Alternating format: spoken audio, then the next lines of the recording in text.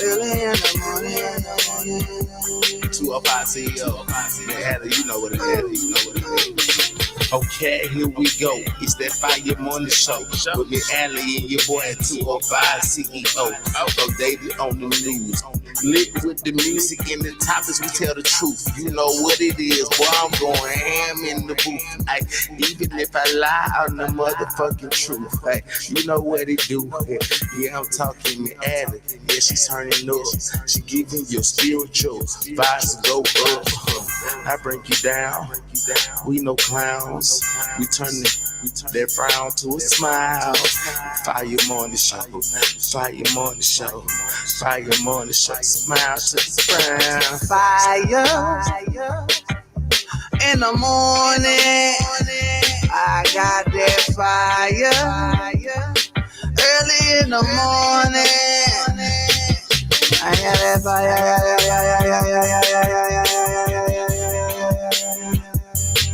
Early in the morning. Ooh. It's always a beautiful morning to be up with Allie and 205 CEO with these fire ass mornings. Yeah.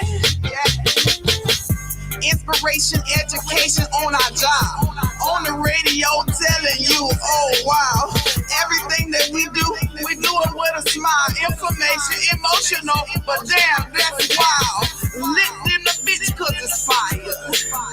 Lit in the bitch, we go higher. It's that morning show. Allie Morning Show. 205, yeah, the CEO. It's that fire, yeah, it's fire. Early in the morning.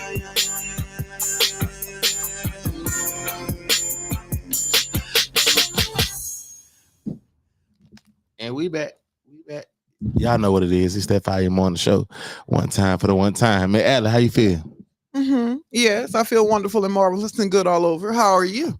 What? Wonderful and marvelous and good all over. It's a Fire Morning Show. You know what I'm saying? I always get excited. I feel good all over. That's the song. Don't you know I feel good all over? Yeah. If that's not a song, I'm finna write it. You and I. It's Stephanie Mills. Oh. Yeah. Miss Mills, you're gonna need to pay me. I'm not joking. Oh my God. Not I'm just talking. Miss Mills. Oh, I don't know if Miss Mills even understand what you're talking about. This is She not know, her genre. yeah, she knows. She been in the game for a long time. I know that don't mean nothing. That means she was in the game a long time ago. Don't do it like that. No, Well, Mimi. Why she clowning you like that, Mimi? Man, I'm not Don't do clowning that. you. I'm just saying I respect the fact that she grown. You know. Now, if I call that lady, What you gonna do? You gonna snitch if I call Miss Mills, man, I just did something crazy. you just took everything off the screen. Did you see that? So earlier we was talking about, I was telling y'all the things that we was gonna talk about today, right? And I gave y'all a little bit of misinformation. So you was in here talking to the audience without me? Yeah, I was. What he said, y'all? Tell me. Call in 281. What the number is? Tell me what he was saying. I know he said something. 281-969. Y'all call in. Tell on him. I said 281-969-8473. 281-969-8473. Since we snitching, Miss Mills. You know what I'm saying? That's how we tap in. That's how you tap in with us here at the morning show. So I was saying that we was gonna talk about Fonnie. Fonnie. She always in the news. I love Miss Fonnie just because you be talking stuff about her. Me and her's friends now. Hey, friend. Oh my! You're welcome to the Fire Morning Show. You can call in. You can get the link. You can do whatever, Miss Fonnie. I don't even know what your name is because he's been calling you Fonnie. Fanny. I think her name is Fanny, but he loved her so much he gave her a nickname. I'm just saying. Go on now. Go ahead. So we gonna talk about Fonnie, but I Trump is always in the news, and I did say that. But what I really want to talk about later on is Biden. In who Biden? Who? Sleepy Joe. Oh, they call him Mr. Biden in the White House. Gone on Sleepy. Go tell me what okay. But we're gonna start with Fonnie first. So I told y'all, if y'all are part of the morning show, y'all be listening. I told y'all. I knew it was going to happen. I said that she was probably going to be in some trouble if Trump got elected. I told y'all that. Now, what you're trying to tell us is Fonnie in trouble? Fonnie might be in a little bit of trouble. Oh, man. So what we're going to do is we're going to go to Fox 5 Atlanta for the news, and then we're going to come back and talk about it. Let's get it. With Democrats calling it a waste of senators will continue to focus on Fulton County District Attorney Fonnie Willis as the new legislative session gets underway. A heated debate took place on the Senate floor Monday before the Republican-led Senate voted to continue investigating Willis in connection with the 2020 election interference case. The vote was along party lines, with Democrats calling it a waste of time. Republicans insist there's still work to be done. Was there a timing reason to do this on the first day? Was there something in the process that led this to being on the first day versus later in the week? We wanted continuity between last session and this session. We wanted the committee on assignments to be able to go ahead and populate that committee so the committee can begin their work. As you know, we were delayed through a massive chunk of last year due to the court fight. We have no business trying to micromanage prosecutor's office. If Fulton County has an issue with what was taking place, they need to address that. That's their purview to do that. That's not the purview of the General Assembly. It never has been, and is a complete waste of time. Last month, the Fulton County Superior Court judge gave Willis until today to respond to an order requiring her to honor a subpoena to testify before the state Senate committee.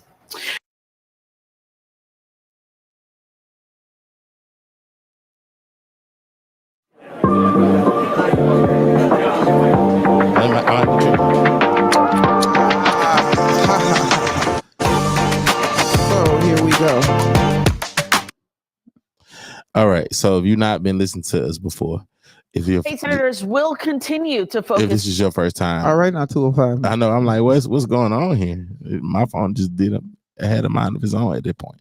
Anyways, so the reason we've been covering Fonnie Willis, who is the district attorney in Atlanta, Fulton County in Atlanta, Georgia. The reason we've been covering her is because we have been covering the YSL case. And of course, her office is the office that prosecuted the YSL case. We've had many discussions about her and about, the trial and, how it happened. And I had a lot of discrepancies in it as a person who personally watched the trial. I also kind of took up for Fonnie as well, because y'all also know that she indicted Trump and on the election investigation on him tampering with the election.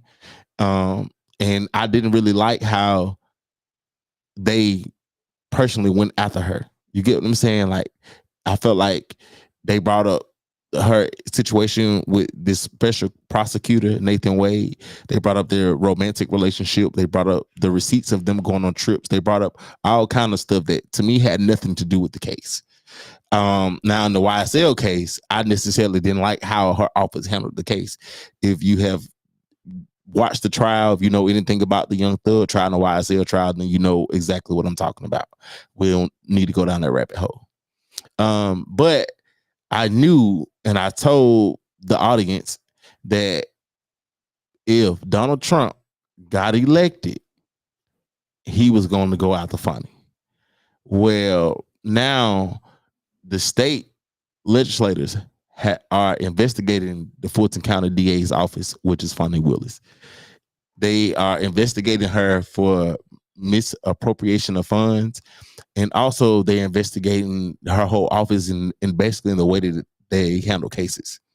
Right now, it's at the state level, the state of Georgia, and it was the Republicans.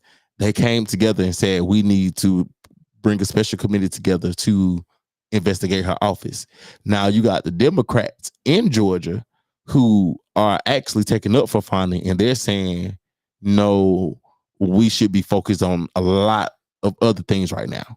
We should not be focused on one part of Georgia, which is, Fulton County. If Fulton County feels some type of way, then they need to handle that. But at the end of the day, the reason that the state of Georgia is investigating her is because of the state of Georgia allocates the funds to Fulton County, to the Fulton County DA's office, which they say she has misappropriated the funds. Okay, so what we gonna do is I'm gonna ask you some questions about this real quick. Okay. How does this affect us as the general populace? Well, for us, now I'm glad you asked me that. I feel like if they gonna investigate her, now this is where I will kind of have her back in this sense. If they're gonna investigate her in the way that she practiced in her office, because she is a black woman, if you do not know, I think they should look into all prosecutors then, because she playing the game. You get what I'm saying? Well, they ain't got the time or money for that, and they don't have the resources, meaning other people. Right. While these people normally are under investigation, so they're supposed to be on paid leave, I believe, or if not paid leave, just on leave. Yeah.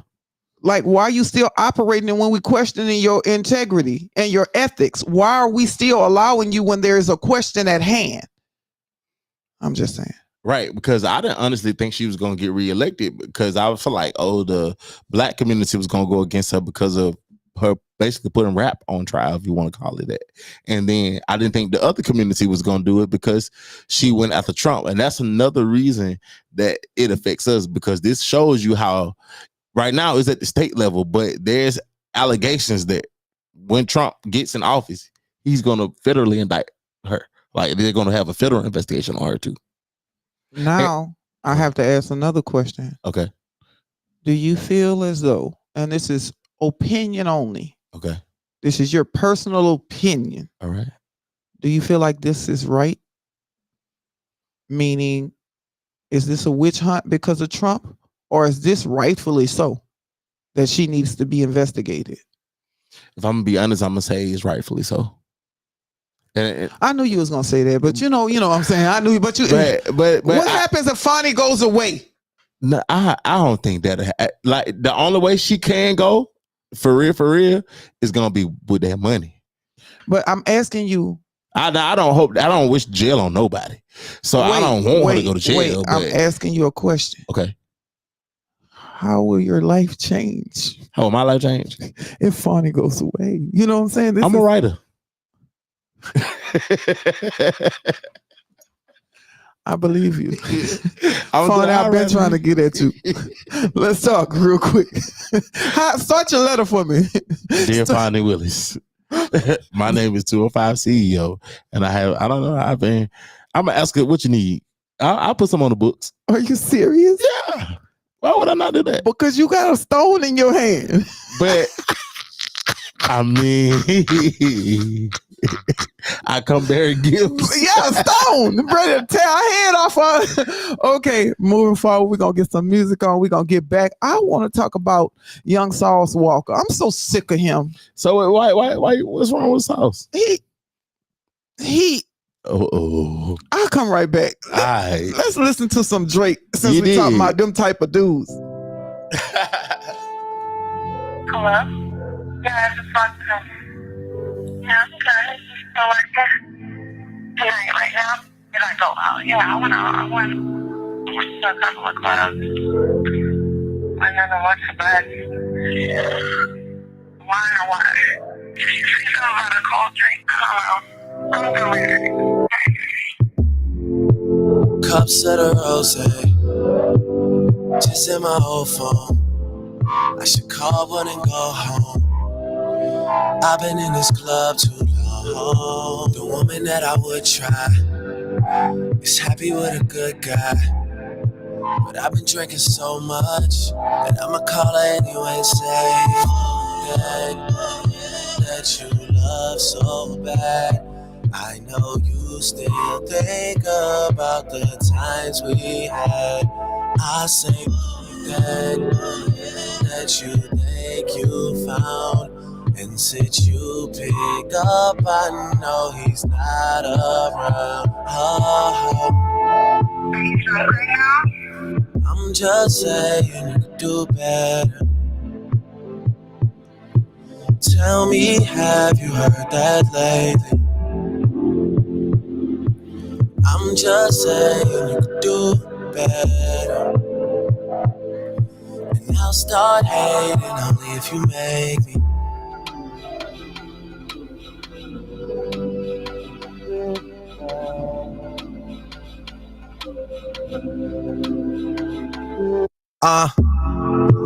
Cups of the XO. All my people been here. I see all of her friends here. Guess she don't have the time to kick it no more. Flights in the morning. What you doing that's so important? I've been drinking so much that I'ma call you anyway and say that you love so bad.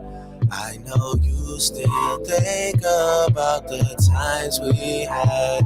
I say that you think you found. And since you pick up, I know he's not around. Are you drunk right now? I'm just saying you could do better.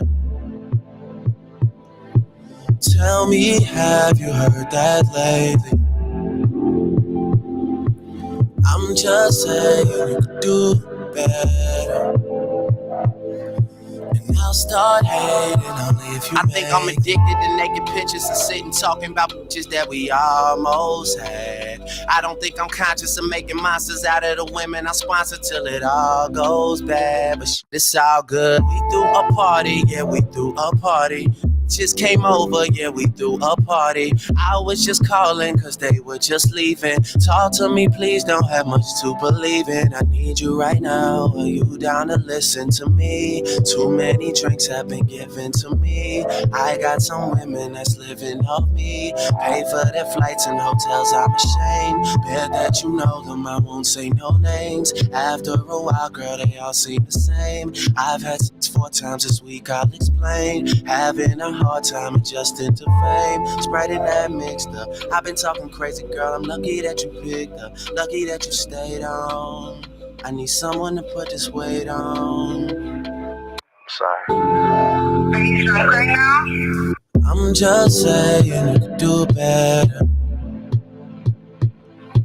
Tell me, have you heard that lately? I'm just saying you could do better. And I'll start hating only if you make me. You're not gonna come? I guess I'm about to just kick your head in. Just throw it while I hold your hurt back. Her white friend said you is crazy. I hope no one heard that. Yeah, I hope no one heard that. Cause if they did, we gon' be in some trouble. Yeah. If they did, we gon' be in some trouble. Trouble. Oh, oh, oh, oh.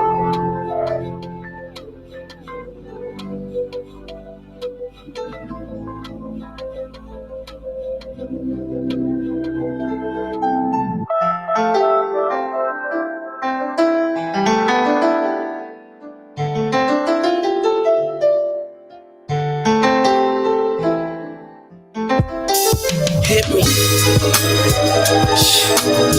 Right in the sternum this time, T-baby. You already know. It's that hustler music, young music, got that motherfucking hustler music. So ride to it, y'all, vibe to it, y'all. Damn. Goddamn, mix the hit again, his head with this one. I'ma paint the city red with this one. I'ma head with this one. See you fucking with the ball, 2 toys way before Christmas. No assistance, just that persistence with that commitment. If I don't get it, somebody gon' die tonight. I know my vibe is tight, and I deserve the throne. And if the kid ain't right, then let me die in this song. See, I be riding, just riding alone, with my daddy on my mind. Like you gotta be kidding. How the hell you ain't ain't here to see your prince do his thing. Sometimes I wanna drop a tip, but no emotions from a king. She'll be, so I be who I be. That's me. That's Weezy F, baby. And please say the motherfucking. So I be who I be. That's me. That's Weezy F, baby. And please say the motherfucking. Baby, you gotta know that I'm just out here doing what I gotta do for me and you, and we eatin'. So why the fuck is you trippin'? I'm taking these chances. My head to the sky, my feet on the ground, my fingers to the judge. If the money don't move, then I won't budge, won't budge. No, I won't budge, no. Money is the motivation, facing the avenue, back touching the wall. Got the weed, got the gun, gotta run when I hear the bird call. Damn, hop in that thing and murk off, swerve off. You know me, they call me Birdman Jr. Anybody murderer, if Birdman sponsor it. Phantom of the Opera, all black crop tent, locked in. I can let them shots out, you can't get no shots in. Bulletproof, leave a nigga with a bullet roof. Shoot you in your mouth, leave raw, they call them bullet tooth. I'm like, what it do, what it do? There's a full court pressure, I'm just going for the two. If I'm open for the three, I'ma take it in a second. Even if there's 1 second, I'ma make it, it's nothing. I don't take it for granted, I don't take it for nothing. I take it for what it's worth to the dirt, motherfucker. Yeah, baby, you gotta know that I'm just out here doing what I gotta do for me and you, and we eatin'. So why the fuck is you trippin'? I'm taking these chances. My head to the sky, my feet on the ground, my fingers to the judge. If the money don't move, then I won't budge, won't budge. No, I won't budge, no. I ain't never killed nobody, I promise. And I promise if you try me, you gon' have to rewind this track and make me go back. That thing I go that. That boy I lay flat, so flat. That act is what I perform. Amongst you haters, got Nina in my palm and I'm masturbating. Black Peter Pan fly till I die. What you saying? Bathing ape, Eve, Saint Eve, so what I stay in got me feeling like Scarface, like the Cohiba. Streets reply, I look right in the four-seater. You know I be out here, I ain't no four-seater. Top Florida, 4 seasons for them. And they all know how to cook it up. And look, I got some. And only one know how to bag. Bundle up. See, it's a cold world. So, homie, bundle up. We ain't on this grind for nothing. I get your hustle up. Baby, you gotta know that I'm just out here doing what I gotta do for me and you. And we eatin'. So why the fuck is you trippin'? I'm taking these chances. My head to the sky, my feet on the ground, my fingers to the judge. If the money don't move, then I won't budge, won't budge. No, I won't budge, no. Baby, you gotta know that I'm just out here doing what I gotta do for me and you, and we eatin'. So why the fuck is you trippin'? I'm taking these chances. My head to the sky, my feet on the ground, my fingers to the judge. If the money don't move, then I won't budge, won't budge. No, I won't budge, no. Man, this be that hustler music. Young Weezy got that motherfucking hustler music, y'all. So ride to it, y'all, and vibe to it, y'all.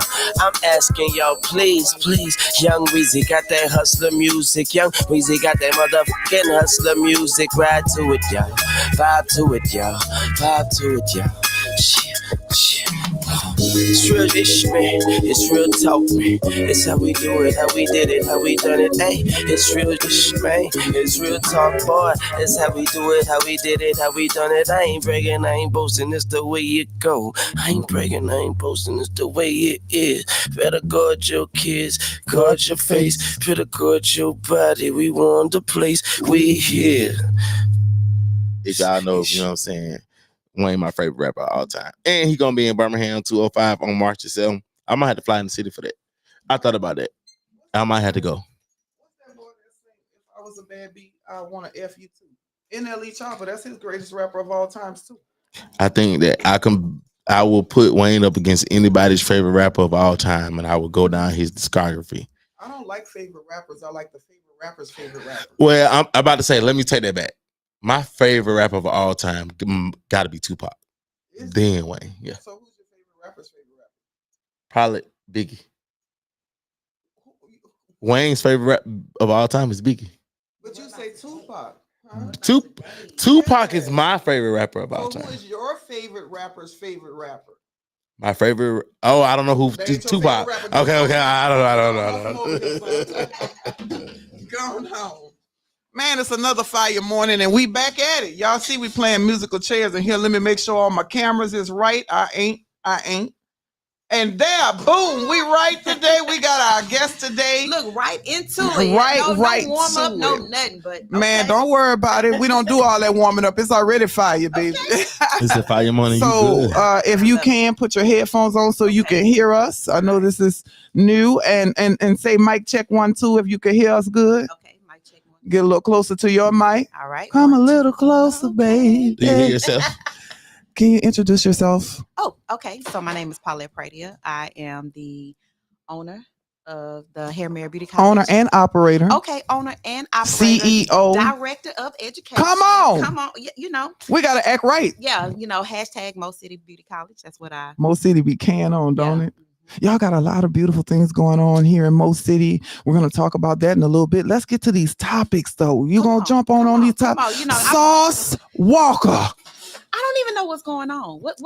He's upset because Bun B, he's been on Bun B's butt a minute because he says Bun B does not pull back into the youth or whatever. No, underground up.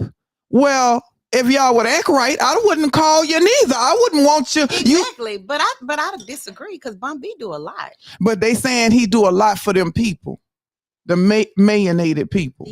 Mayonnaise. Yeah. So on our show we have mayonnated and melanated. Okay, Mayonnated. Acronyms. Yes. Okay. And we are very Okay. For sure. All chocolate. So y'all saying Bun B is a traitor? Oh, that's. I'm not saying that, but this is what Sauce Walker's saying. I'm not saying that, but Sauce Walker is coming out and about saying things about Bun B shooting. They done already got into it, shooting, shots at him. Yeah. But his biggest thing is that Bun B is not pulling forth to help the underground music when he's having all these events and stuff. He never calls for the underground. You just now was talking about unaliving somebody and shooting somebody up and doing this. You are a liability. You are a insurance risk. Yeah. Why would I call you until you act as though you're in Rome? They say when you're in Rome. Yeah, that's the Romans, right?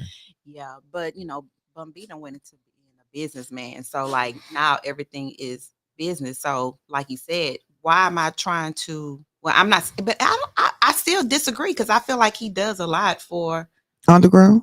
I don't know. Okay, so what does necessarily underground? So mean? Technically, he's saying like up and coming artists, people in Houston, in the middle, limbo. People that's thrive in businesses, like putting on businesses, like. But mostly up and coming artists. Okay, well, I don't know. Well, this the thing. He just opened a really a strip club off of the freeway. I don't know if it's Hillcroft and 59 or something like that, somewhere off the freeway. I don't know. I might be wrong. Sauce Walker shop, Splash House. Yeah, he just now opened a strip club, and he say he's encouraging people and building people, and he got some strippers in there. They really rap really good, and he gonna, before you know it, they ain't gonna be strippers no more. They gonna be rappers, and they said, So we turning the strippers into artists. Turning tricks? I mean, what you said we was doing? The Scrippers, girl, with the SCR. I love when people use that SCR. Art, but I don't know. I mean, look, I feel like I'm in a position where I can help our youth and our underground, but like if they don't want it, then like we have to like still stay on path of being business. He's saying they want it. He's saying they want it. They just won't comply to the rules and regulations. Once you become a business person, structure comes into place. Yeah. So when structure comes into place, I don't know which one my camera is. I keep on flipping these cameras all over the place. When structure comes into place, which one am I? Am I right Yeah, here? decorum and protocol comes into place. That means you got to act a certain way. You got to speak a certain way. I know it's not that you're being fake. It's you're elevating, you're growing, you're adaptable. Yeah. And oh boy, I ain't with that. So let me say my little spiel, right? I agree with. Well, I can say I see all perspectives. No, you was about to say I agree with Sauce Walker. Go ahead on. No, I agree with y'all. Okay, you do. But I can see his perspective. What is his perspective to you? His perspective is just, I want the OGs to reach back and help out. That's really all he's saying. Well, maybe this opportunity.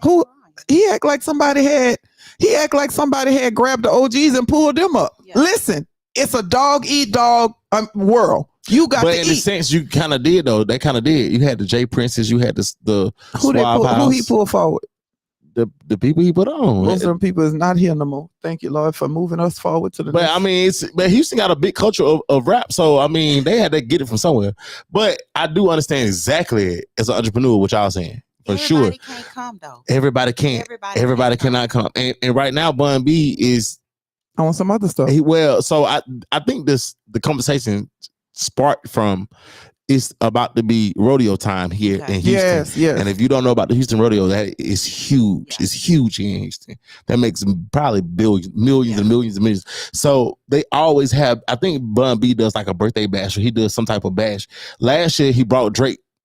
Yeah. And it was a whole bunch he brought a plethora of other artists. So I think that Sauce Walker is basically kind of saying like, why you not calling? Why you not calling? I can tell you why. Yeah. Because you're on the news. Yeah. Because you are threatening people's lives and driving to Dallas and pulling up talking about we outside. You are a liability, bro. It's nothing. It's more business than anything. It's not personal.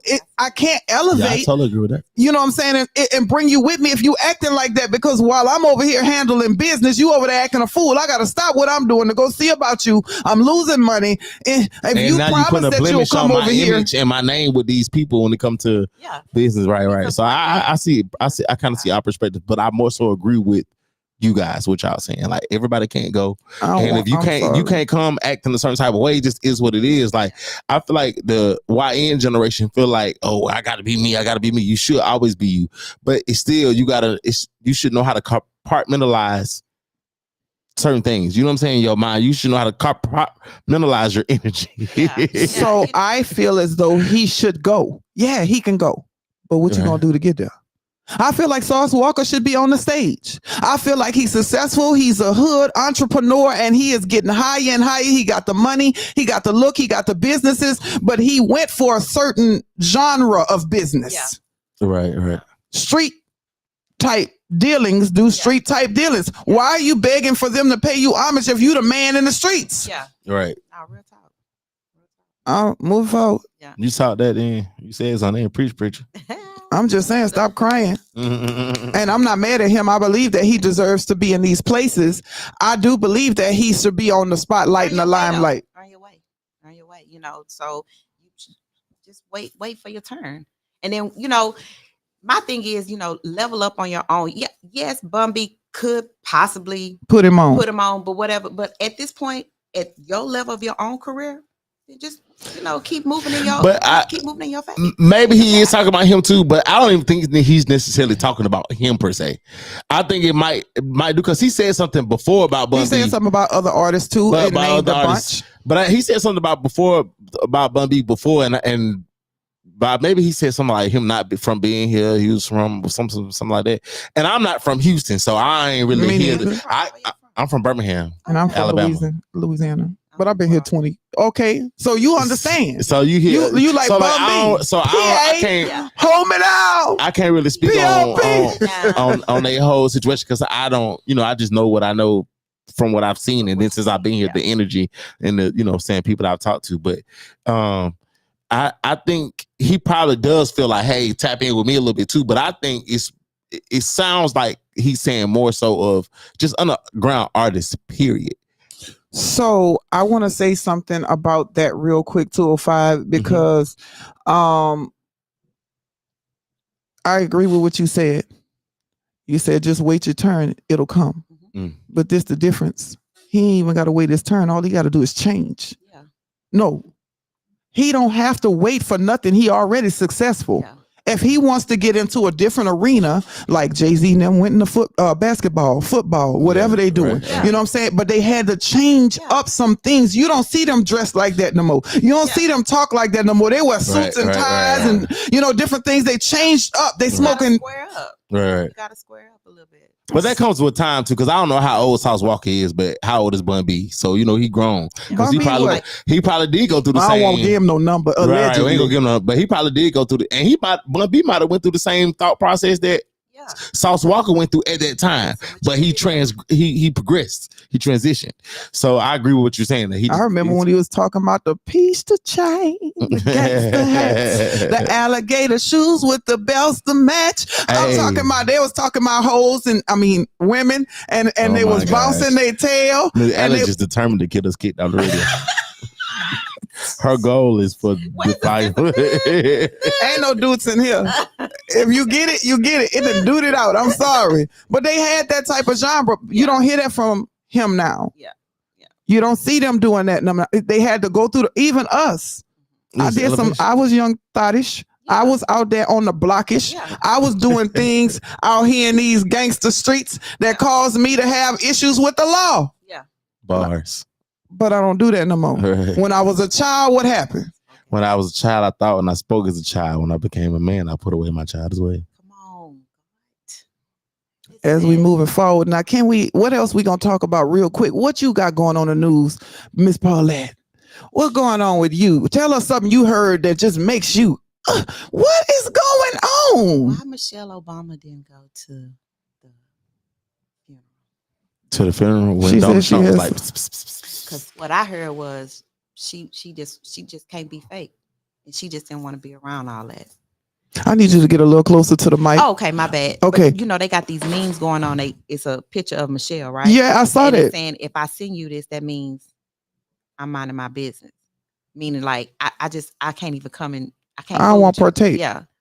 I thought that what was cute was, and I'm a Gemini, that's why I say this. I like Trump. I didn't vote for Trump. Okay. I don't support his policy. Allegedly. I don't, because I want you to finish. Go ahead. I have nothing. I just understand him from the universal level. I understand when he's talking noise, like go drink the bleach. I'll say something like that. Yeah. You know what I'm saying? I'm a Gemini. He a Gemini. Yeah. What are you?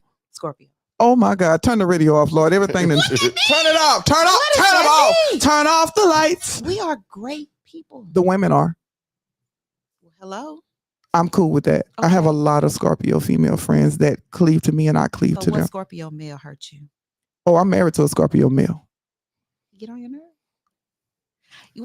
I never met a Scorpio man. What? Let me think. I don't think I have. If I have, I don't. Who you married? What is this man? I'm not married, but we've been together for a few years. What is he? He's a Virgo. I'm sorry. He's a Virgo. Are you okay, baby? I am. Are you doing good? I am. Oh, but you're a Scorpio. You can handle it. Yeah. Cause Virgo. Yeah. See, I just all over my head, so I don't be knowing Miss Ella be. That's my thing. I really don't get into that. Me neither. Most people don't until they do. Most people don't. They just dabble. You know what I'm saying? They dabble. And so I use it as a life map. It helps me. I know this sounds generalized. It helps me to put everybody into a certain set. Not that they're to the core like that, but the general characteristics match. And I'm able to communicate and interact with you better. Yeah. It's a tool for me. It's a part of my craft. Yeah, but then who wrote that? Who wrote what? I know this sounds crazy, but if you read Job, God talks about the Maseroth. He said, who brought folks? Job was talking noise to God. Okay. And he was mad. He said, you gonna leave me out here like this? What I ever did wrong? Why would you leave me to suffer? Nobody wants to be around me. I did everything right. The children, the being fruitful and multiply, homage to you, and you gonna put me out here like this? You gonna let the devil get me? Okay. And God came back with an answer. He said, who is you? How dare you? Did you create the heavens and the earth? Did you bring forth the Maseroth? The Maseroth is the zodiac signs, the constellations. Okay. I'm a researcher and I went to school and I learned a whole bunch of stuff which segued and all kind of stuff. So he's saying that is the tribes, the different 12 tribes of the Bible. Okay. Each one of those tribes had a banner, a flag. Okay. And each one of our zodiac signs is the Lion of Judah, Leo. Come on, teach me something. Learn me something. I am Benjamin. I am Gemini. That type stuff. I could tell you more, but this is not the place for that. But But yeah. He say play a song. 205 say, see, when we get deep into it like that, they get kind of antsy. Like, what is y'all talking about? Because I ain't talking about this. But all of that matters. And once you understand everything is connected, because how we trust a book that was made by King James with his sweet and low self. Did you know that the image of Christ is his boyfriend? No. I mean, how would he have copper skin and look like that with flowing, beautiful blue eyes and hair flowing blonde? No, that was his boyfriend. That was made in Leonardo da Vinci, or whatever the big great painter of was that time. He commissioned him to paint the images of Jesus on the cathedral and all that kind of stuff, whatever. That is who that is, his boyfriend. I'll give you the name soon, the boyfriend name and everything. And then on that note.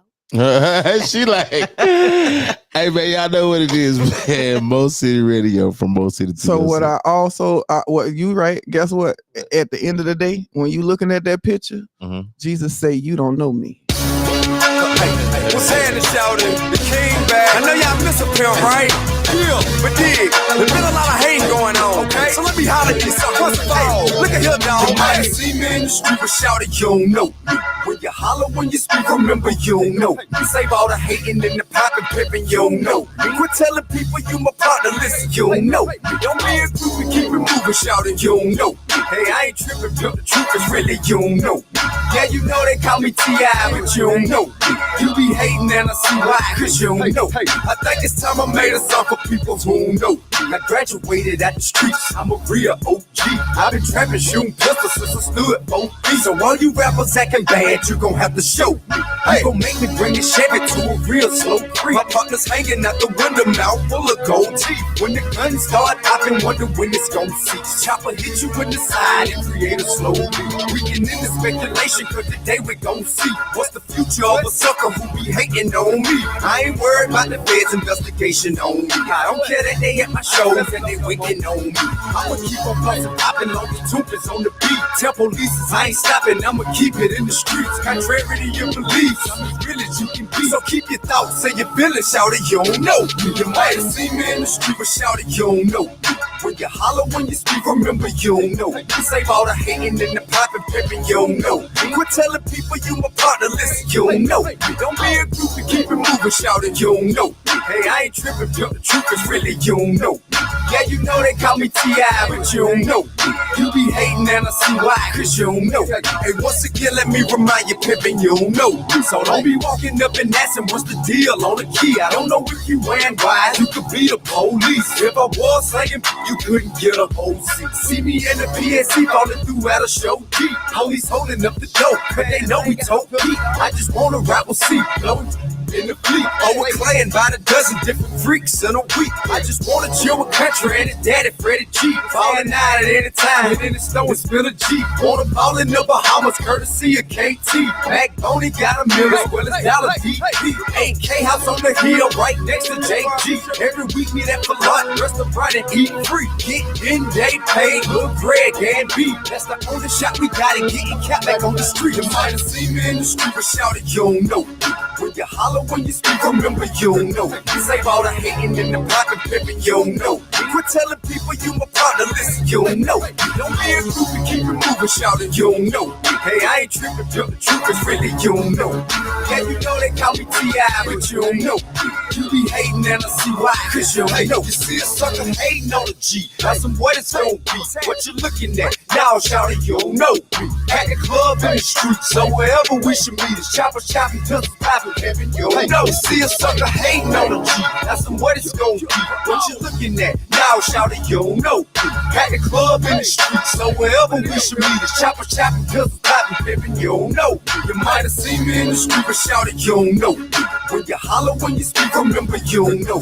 Save all the hating and the popping, pimping, you don't know. Quit telling people you my partner, listen, you don't know.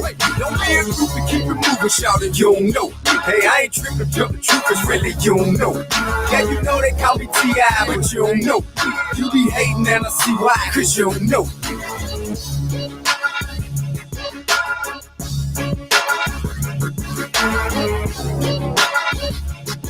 Five people.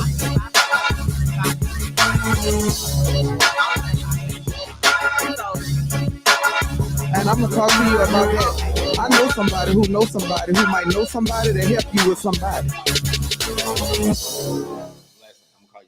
Oh, Pradia. Look, he wants you to go Louisiana. Yeah, You from Louisiana? Yeah, it's Creole.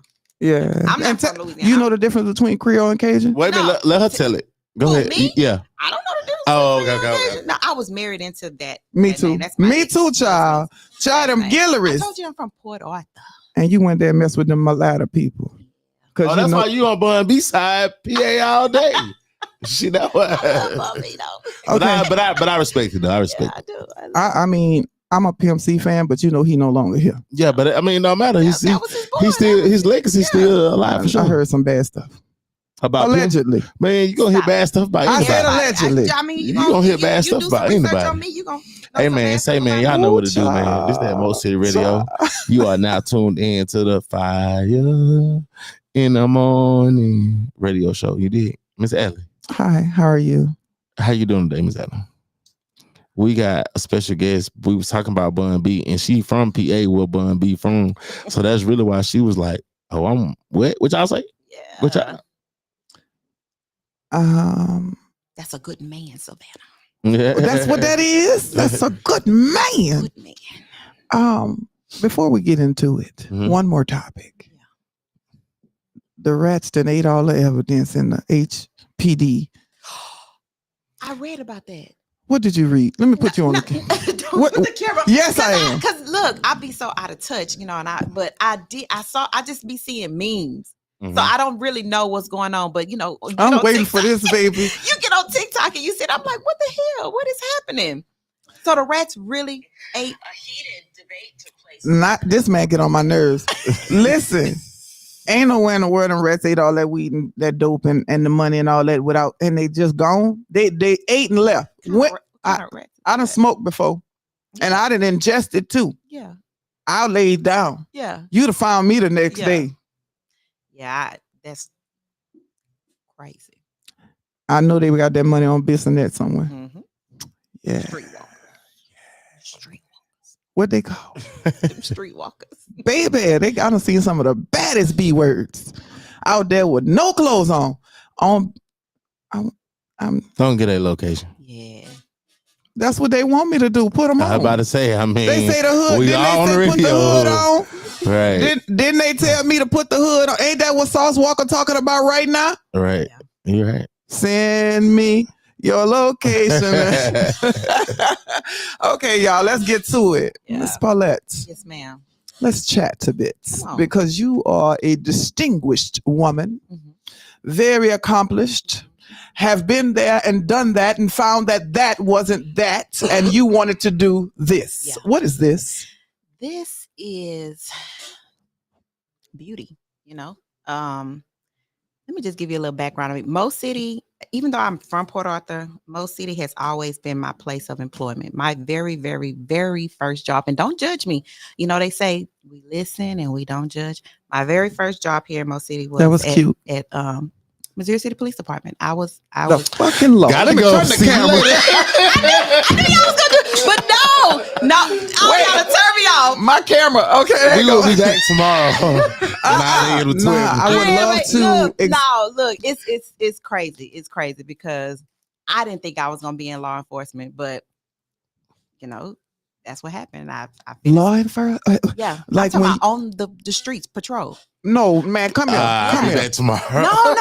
I want to talk about this because that sounds amazing. Look, when that so that was I graduated high school 01. I got on at Mo City PD in 2003. Mm-hmm. I did them to 2008. Then I went to Ruma Davis' office. I became a constable, and not just a regular law, a constable.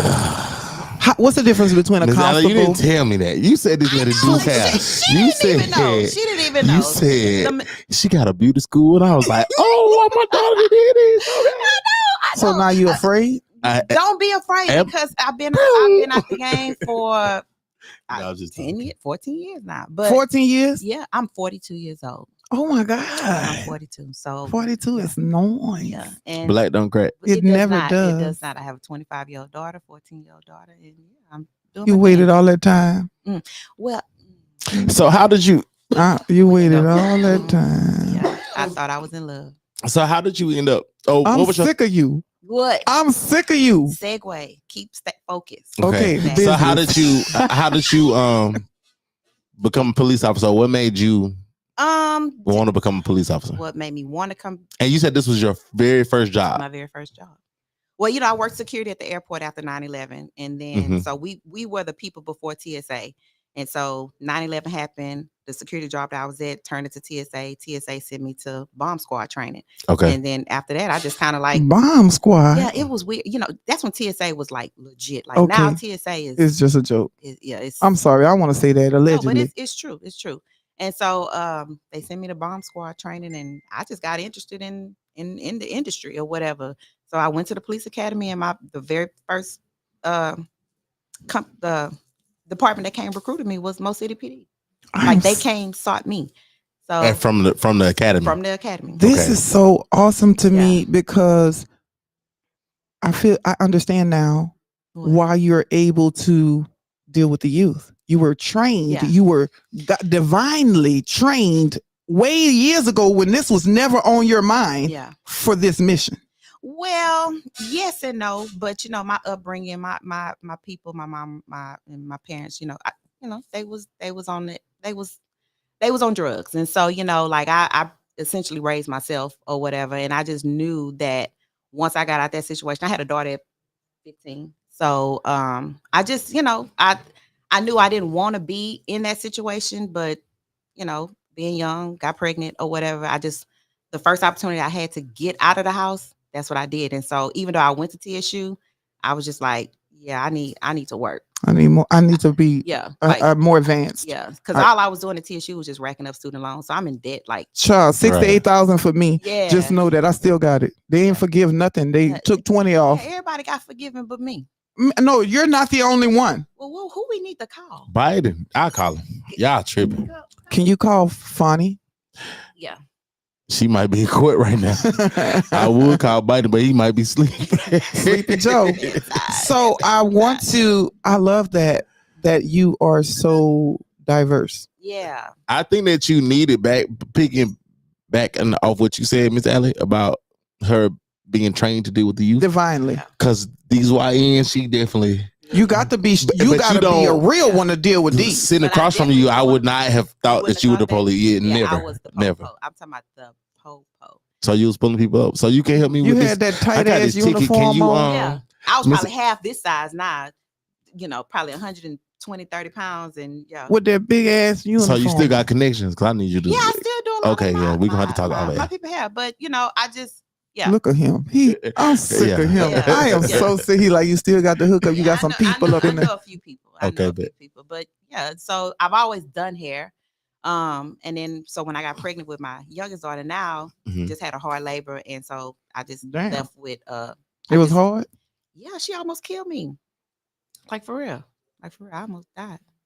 So when I went back, they put me in dispatch. And I was just like, when you've been on the streets for so long and then now you go on dispatch, I was just like, yeah, go ahead and retire me. So I'm retired. I'm disabled. I'm taking whatever it is that you need to, amen. You're blessed. So let me ask you a question also. I'll be asking questions, child. All of this happened to you. Yeah. The baby. Yep. The childhood.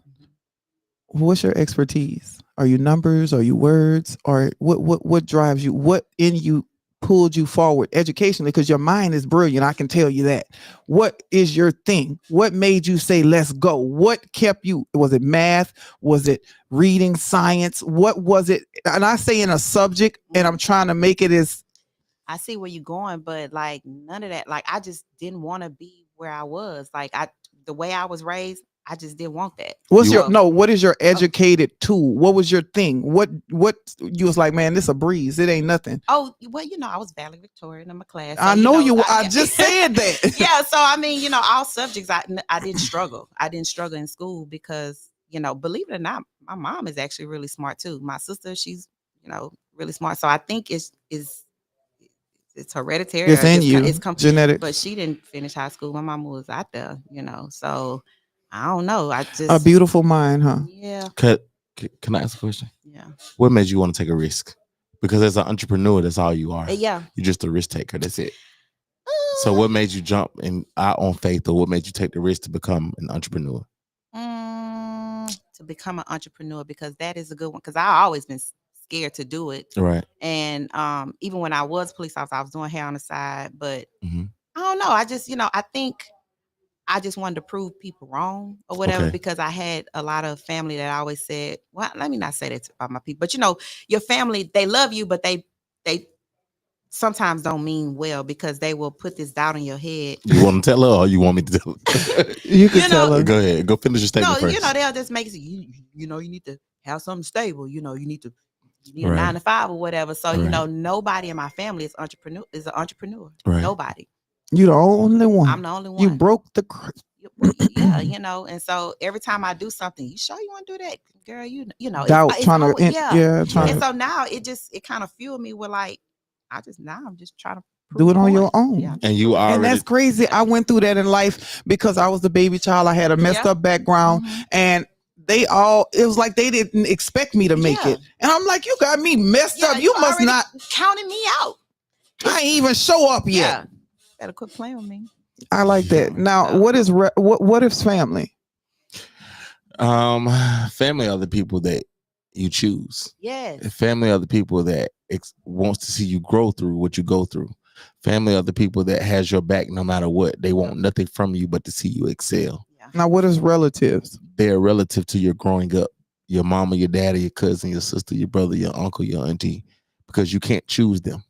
So I grew up hearing family is all we got. I agree with that, and I disagree with that, because my quote unquote family, my bloodline, the people that got my same last name, the people that's related to me, they done did me the worst more than anybody in the world. And that's just facts. Whether I warranted or not, it just is what it is. But the people that is really my family, that when my relatives turned their back, in spite of if they even knew what was really going on, or just in their little bubbles and they little huddles talking and all this kind of stuff and judging, and you know what I'm saying? Half the time you really don't even know what you're talking about. And I'm the type, I'm loyal. So I would never let people do you how you get what I'm saying? Because people feel like, oh, if your relatives treat you like that, I could treat you any kind of way. And that's what make the dog come out of you. You dig what I'm saying? But they don't understand, because when the dog come out of you, now they're like, oh, lock him up, he crazy. Oh, but you put look what you, it's like, that's so crazy. It's like pouring hot sauce on some chicken and saying this chicken too hot, but you done pour the whole bottle of hot sauce on there. You get what I'm saying? But your family is the people that God put in your life. Everybody that God put in your life is in there for a season, whether it be short term or long term. You dig what I'm saying? I believe that. I really do. And even with that being said, like my whole family come from adoption. So my biological grandmother, I guess, she had kids, and her siblings had whatever. So everybody got separated. So this one woman, which is my adopted grandmother, and her sisters adopted all these random kids. So like my mom got adopted by one lady, and her sister adopted my mom's biological sister. So they cousins, but they sisters. Right. So it's, and that's the whole makeup of my family. But I don't know, like the people that I'm closest to today are the people that's, because you got people in your life throughout your life that's closer to you than family. They've been there for you more than family, and they support me. They support you. They gonna ride with you. They gonna same. So that's our little running thing on the morning show. When people speak of family, like me and Miss Allie, that's when we first met. Like that was one thing we just immediately kind of like just had a conversation and agreed on. Like family is really what you make. And they don't understand, how you just be friends with everybody? How you automatically? I'm a people's person, and I'm like, because that's what I do. Like I love people. Like I love people. My family. Look, because we'll be the. No, we go there. Yeah, this the Fire Morning Show. We have a lot of people that come through here, and I guess it's a family, a soul tribe type thing, that have been through some stuff and been. That's facts. Family that did them bad. Yeah. People, places, and things. All the nouns in their life. But I don't even hold on to that type of stuff. I grew up. Yeah, I just. Because you know what I realized, and me and Miss Allie, this is another thing that we had a conversation about. And most people that, when you're the black sheep, because I definitely identify as the black sheep for my family to this day. Let's just be. They won't even let me be the black sheep. We can call it what it is. What it is. But guess what though? I realized like I'm chosen, and even if you go back from birth, like the whole adoption thing, like that's my whole, you know what I'm saying? I gotta, so like, even if when I really like unpack my life and really thought, and I'm still going through therapy and you know what I'm saying, trying to get better in life, but like when I really, really thought about it, I was like, oh man, God chose me from jump. My life wasn't supposed to be perfect. So my daddy told me that a long time ago, and shout out to my dad because my dad's a pastor, but shout out to him because he told me a long time ago, he was like, you different. You don't understand when you really understand that, you stop trying to be like everybody else, then life gonna work out for you. Yeah, you too busy trying to be like everybody else when God didn't set you apart. Yeah. You're not supposed to. And my whole life, like if my whole life story is different than most, just being honest. Man, I would love to talk to you on a different level. Yeah, but I didn't used to want to be like people. I used to always worry about what people thought of you. Mm-hmm. I definitely, I think we all kind of deal with that. Even when people say they don't, I feel like some people do. I feel like somewhere in your mind you think that. Well, I don't care. When it comes to the thinking process of how people feel about me now, as an older person, even with my parents and all that, I forgave them to the point where I understand them now. I can identify with some of their life missions. Why? Because you're a parent now? Or what? Yes, because I'm a parent. Yeah. So my relationship has changed with on my side with my mother and father, because I'm a mother now, and I'm like, damn. Ooh. Now I would have knocked me out. You got to deal with your own tools that you have in your toolbox. So like I used to have all this resentment with my mom, like, why, she never came to my high school graduation. Yes. I do all these good things. I'm steady trying to prove this, and you don't show up. But I'm like, you know what? Especially probably before I turned 40, I don't know, I maybe was, because probably when my oldest daughter turned 16, I was just like, you know what? She didn't even know better. Yes, like, that's what I said. She ain't know better. Like they was going through their own stuff. Right. You don't know what happened to her when she was a child. It had to be something traumatic. So I'm like, I can't take this with me. I can't hold this against her because, according to my oldest daughter, I was the horriblest mother to her. And I'm like, girl, I gave you everything. But your 25-year-old too. Mine just turned 26. Mine's a Capricorn. Ooh, she a Virgo. And this one, she just. That's why I was like, a Virgo? You all right? Yeah.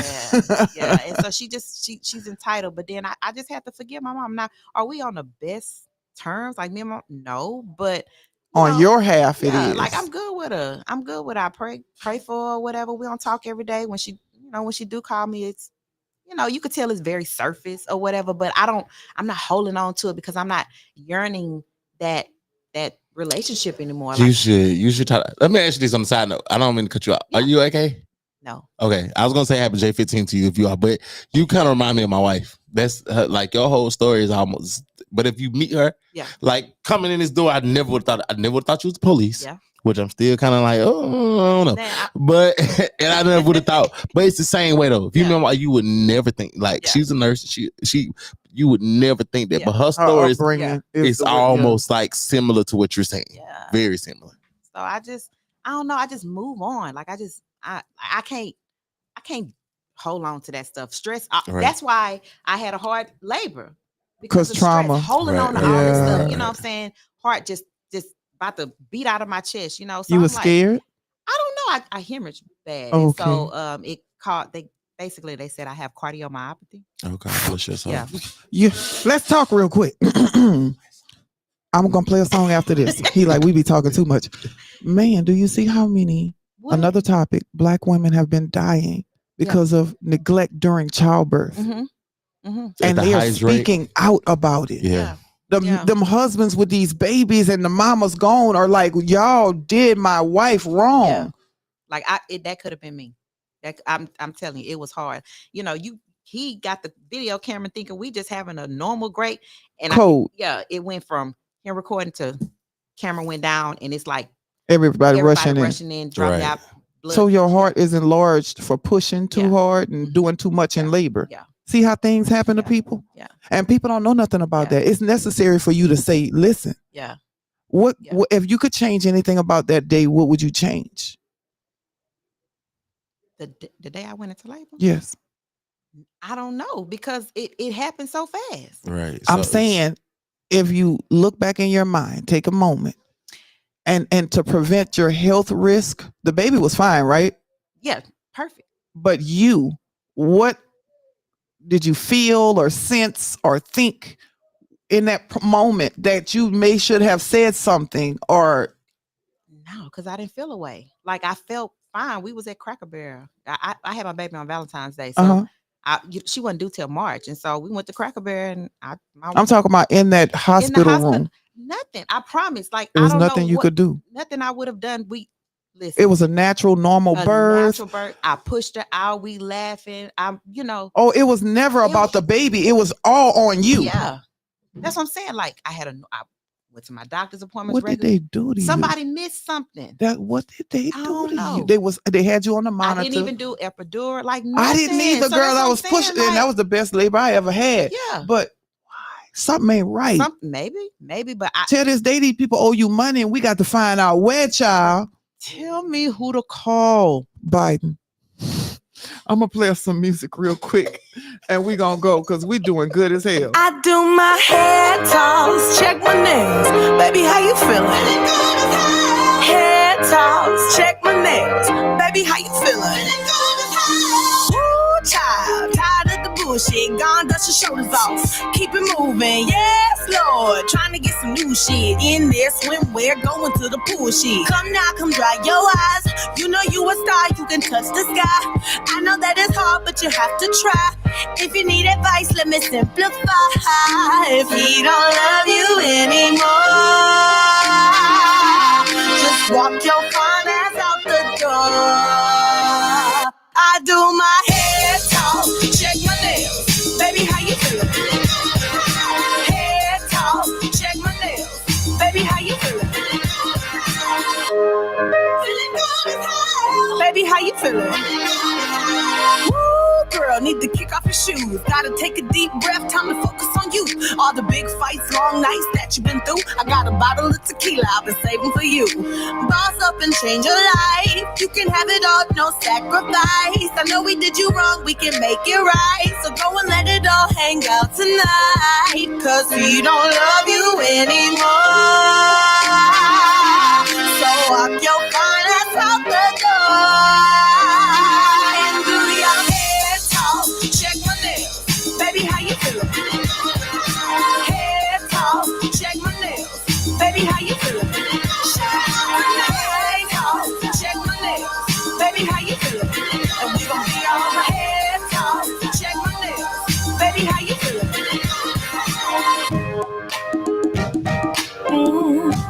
Yeah.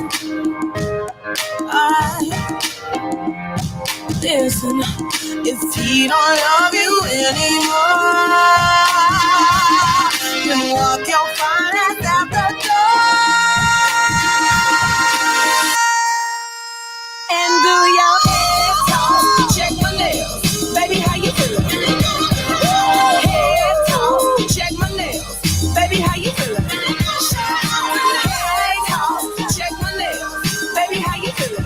And we gon' make you hair talk, check my nails, baby. How you feeling? Feeling good as hell, baby. How you feeling?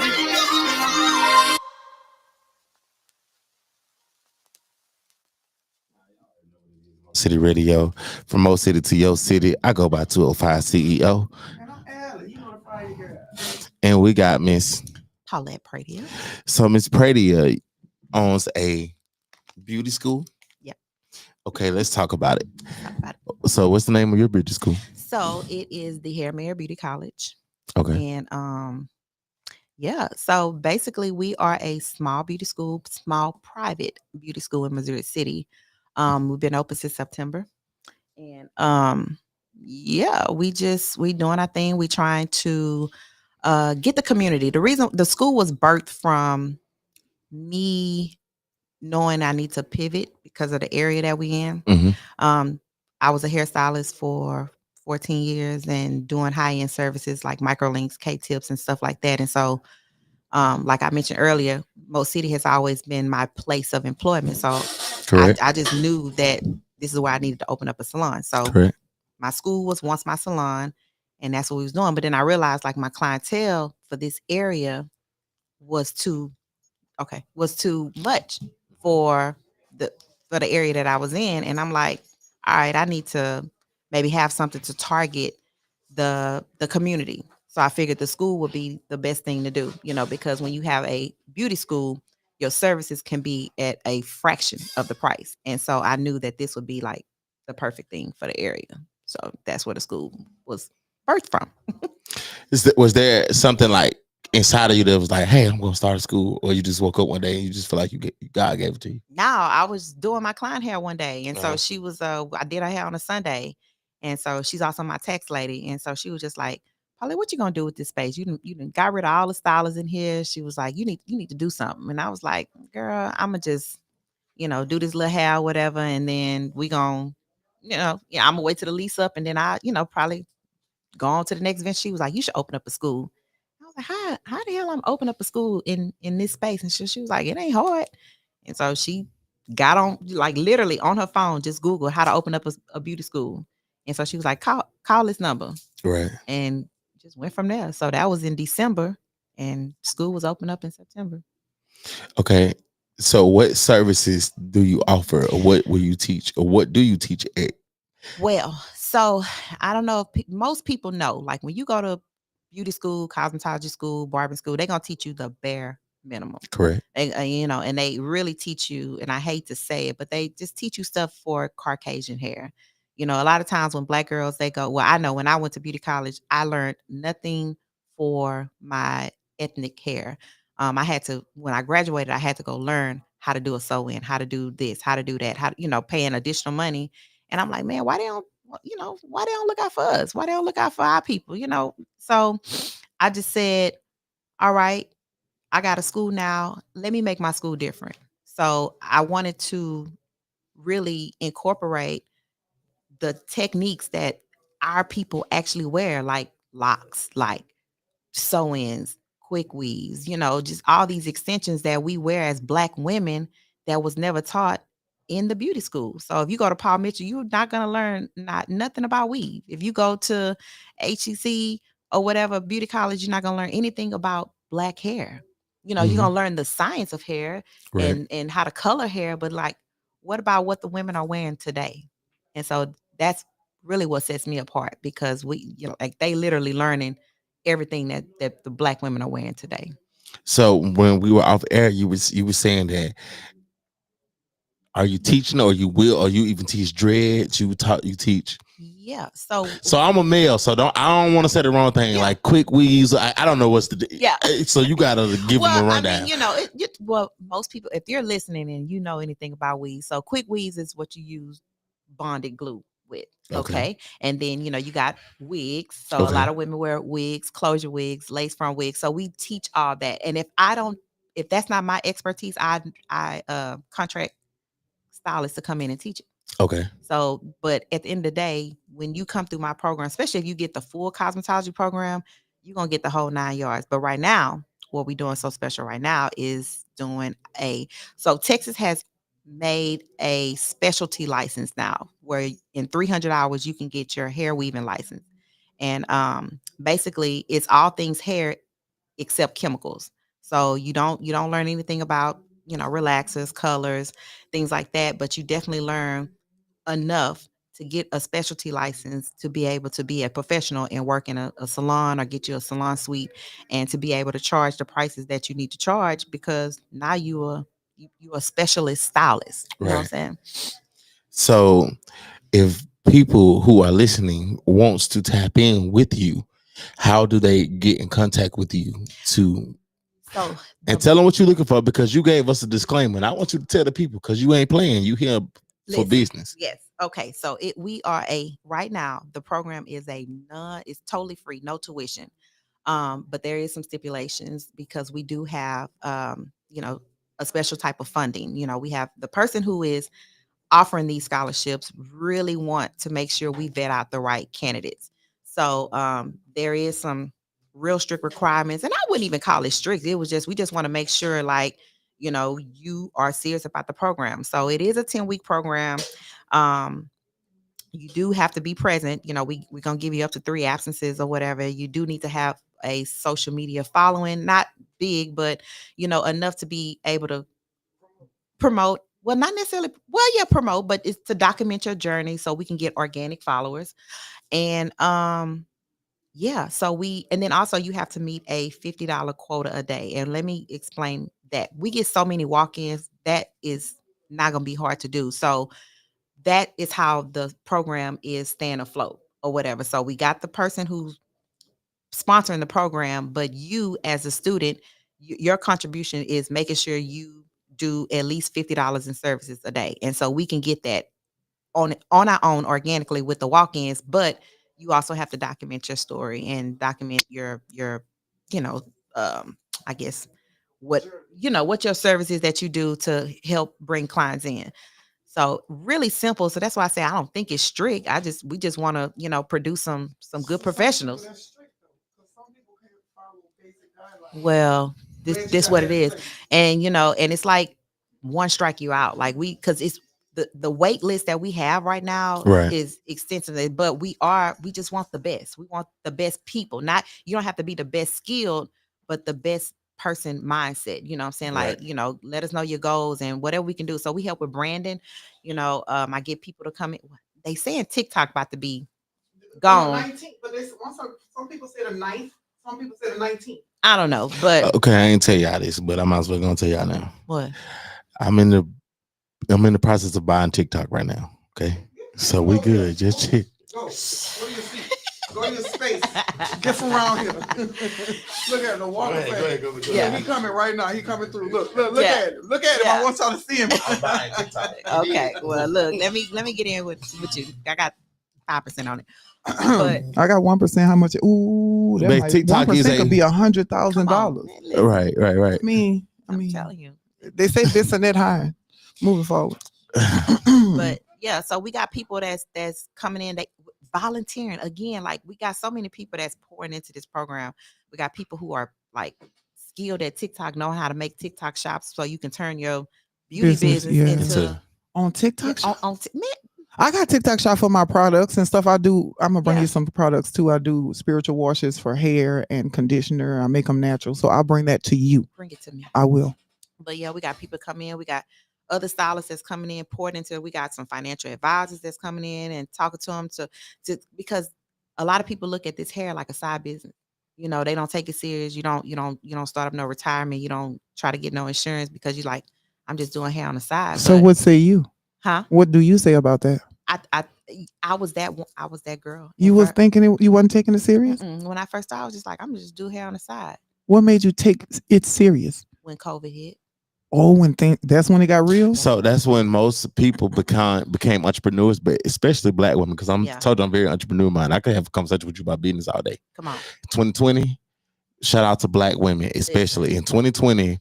Most people who were at home learned how to launch a business or launch their business, but Black women especially, you can go look this up, led I think the world, but we're just gonna say the U.S. Who runs the world? Black women especially led the U.S. in formatting or creating a business. Yeah, well, COVID knocked my world. Right. I want to add, what did COVID do for you? It was great for me. Tell me about COVID. Made her an entrepreneur. Yeah. No, I want you because I was already doing hair, but I was just like doing it inside. I was still like kind of working little odd jobs here and there. Because what changed? People COVID. start no, I got that part. What changed? Well, I just was like, okay, we got shut down. Then I'm like, but people still need their hair done, even in the house. Yeah, coming to my house. I'm bending them over in the sink, doing their hair. You were an essential worker. Yeah. So I'm like, I'm important. People still, and I'm like, y'all working from home. But then I realized like women, they gonna put us in their budget. Right. Yeah. Wow. Say that again. They gonna put us in their Who gonna do that? Men too. And so for who? For women. For the hair industry? Yes. Hair, beauty. Industry. Yeah. They're going to put you in. Yeah. There's never going to be a time. Yeah. We always going to be on the budget. Just like you got your rent, your lights. It's going to say hair, nails. Right. Hair done, nails done, everything did. Hey. Because we just, we like that. Especially if you're a woman of a certain, I want microblading because I ain't got no eyebrows. Yeah. Would y'all do that? Oh my God. I don't. You understand what I'm saying? So what's your age range? Or do you have an age range for the people that you're trying to bring in? 16 and up. 16 Period. and up. 16 Grown woman, old woman, young woman. Okay. Yeah. So for the past 2 Tuesdays, we've been doing interviews every day from 9 to 5. And I mean, we've been getting a lot of good candidates, but some people showing up, and that's one of the ways you can just get weeded out, like just not even showing up, not even taking it serious. You know, Right. you showing up with a bonnet on your head. And I just want these girls to understand, like, thank you, Jesus. I just talked to this man about this the other day. Go ahead. I'm like, you know what I'm saying? Like, I'm not even asking for you to, you know, Come glamorized. Yeah, but just show represent up. yourself. Come on. Represent yourself. Brush your teeth. Yeah. Wash your face. Get the boogers out your eyes. Even the girls who did it via Zoom, They were professional. they were not professional. Oh, we don't want to see no tank tops. Yeah. We don't want to see booty shorts and tank tops Right. here in Texas. And I'm like, do we need to call you back? And not good. Okay, sit down. See, I'm like, Oh you know no, what? not the churn in the Yeah. background. Yeah. Oh You know, no. I'm telling. So a candidate that you're looking for does not do any of that. I mean, Look, if you can avoid it. Yeah, if you can't, you know, just show up. Just show up. I don't like them bonnets outside. I feel like if you listen, do your hair, put it in a ponytail, something. Get out of that bonnet. And most of them be having long flowing wigs and weave on, but they prefer the bonnet to save the style. I think that's just to save the style. Yeah, I don't like it. I've never seen my mother Or sister pajama do that, so pants. I can't never see it. Yeah. I ain't seen. I really hate to see. You know, I hate it the most to see like me dropping my baby off at school and to see the mamas coming out like that. Well, like I don't like it at all anyway, but especially at school, like it just bothered me. Them little cheeks be flapping. Yeah, I just listen. My 25-year-old, if you see, you wouldn't even know she mine because Why? she Totally different. Yeah, my 26 She got the real you inside of her. That's what it is. Well, no, she has the original version of her. That's what I'm saying. Yeah, and now you've learned and grown and transformed, and she still has to do that. So you have to be patient with you. Yeah. Sauce Walker in Bun B. Yeah. Well, that's the but you know, Sauce needs some Jesus too. You know what I'm saying? Just a little bit. Yeah. I mean, because Sauce on some he can. I'm not saying it's over for him. I'm not saying that. Oh, my camera went dead. I'm not saying that he won't make it. I am saying that he can do it right now. It's in him. Yeah. All it takes is a spark, and he's saying, let me go do this. So for the people who want to be a part of what you're doing, to be a blessing to you on both sides, we know you want to get students, but the people who want to partner with you, how do they get in touch with you? Oh, please. Okay, so you can either. I want to give you my. No, I ain't give you my personal number. Please don't. I don't give them the personal. But no, the school number is 832-690-0667. But if you go on the website, it's a button on there. It says schedule a call with me or whatever, and then it automatically will send me a message to call you, or you know, we can schedule a call. So, but really, I would rather you just straight up call me. You know, when I got the email, LB called me because we all watched the email, and he was like, "Hey, Allie." Yeah. Now I had already talked to Zariah. Yes, she is so amazing. Yeah. I had already talked to her at the hair store, and came and he said, "Allie," and I'm like, "What?" He was like, "You know," and I was like, "Okay," and I called right away. Yeah. I wasn't gonna call right away at first, Mm-hmm. but something told me. Yeah, she was like, you know, the lady from the radio station wanna interview you. I was like, for real? I was like, well, okay. I said, what I gotta do? She said, just inbox her. So that's what I did. And here we are. Started from the bottom. Now we here. Now we here. So what website do they need to go on? www.thehairmayorbeautycollege.com. MAR Hair MAY MAYOR. And Hair Mayor, I was named the Hair Mayor by my clients. Like, because people ask me all the time, and I don't know if that's what you was about to ask me, like, what is the Hair Mayor? That's what they named me. And so it started off as a joke, and then I was like, all right, and then I trademarked it, and there you go. That's what I'm talking about. You know that I'll be on that trademark thing too. You know that Hannah, was it Hannah in the Bible laughed at God when he was telling her she was gonna have a baby? She said, "I'm 70 years old," and you chuckled at greatness. Yeah. and now you're in it. Yeah. Yeah. That's people chuckle. I at used to be greatness. ashamed to kind of say like to say my name because like if we go to brunch on Sundays, they'd be like, you the hair mayor. And I'm like, girl, don't stop. It sounded funny. Yeah, it just I don't know. It just sounded. You know. And now it's your whole brand. Yeah. The hair mayor. So it's called the Hair Mayor. The Hair Mayor. Not like .com. not like Sylvester Turner, like Miss Paulette. Right. THE. Yeah. HA. IR. No, HAMAYOR. HAIRMAYOR. So mayor. Hair, like the mayor, Sylvester Turner. Yeah, I was about to say. I wasn't. Well, you was taking too long. Oh, okay. My bad. I'm sorry. You was taking too long, 205. I was just trying to slow it down so the people that might be listening can be like, okay. The ones in the back. You did. Yeah. And you have any social media? Yep, same thing. The Hair Mayor. The Hair Mayor. So Instagram. my personal page, the Hair Mayor BC. And then the school page is Hair Mayor Beauty College. And give them the number one more time. So 832-690-0667. But if you go on the website, click the pre-enroll. So, okay, students, if you go on the website, click the pre-enrollment button. As soon as you click it, fill out the little short form. It's super easy. Don't overthink it. It ain't like no, scholarship or whatever like that. It's just pre-enrollment, just basic information. I'm going to email you back probably immediately. Yes. And then let me go on here. Where my phone? Yeah, I'm about to see if it really works. It works. She might not be telling the truth. No. Let me go look up the Hair Mayor. As soon as you fill out it, you can like do dummy information on that. It's gonna notify. Look, I'm telling you, it comes right then and there. Somebody just sent. Yeah. Can I shout out? I shouldn't do that. I was gonna shout out the person, but we're not gonna. Okay, do that. the Hair Mayor College, right? The Hair Mayor Beauty College. Yeah, that's it. I found it. Now let me go on here and I'm gonna click on website. Okay, go to pre-enrollment. Let me look and where it's a simple form. It's probably name, student, date of birth. No, I don't even think it's date of birth. It's name, email, phone number, what course you want to take. Oh, they got a pre-enrollment button, y'all. I just told that lady. I just had to see it for myself. Try it. And that's the Hair Mayor Beauty College.com for the students. Yeah. So that's what the students do. You click the pre-enrollment button. I'm gonna reach out to you. Let you know, hey, we got the scholarship. This is what we got going on. We're doing interviews. So, like I said, the class starts on the 28th, but if we can do an interview via, was that you?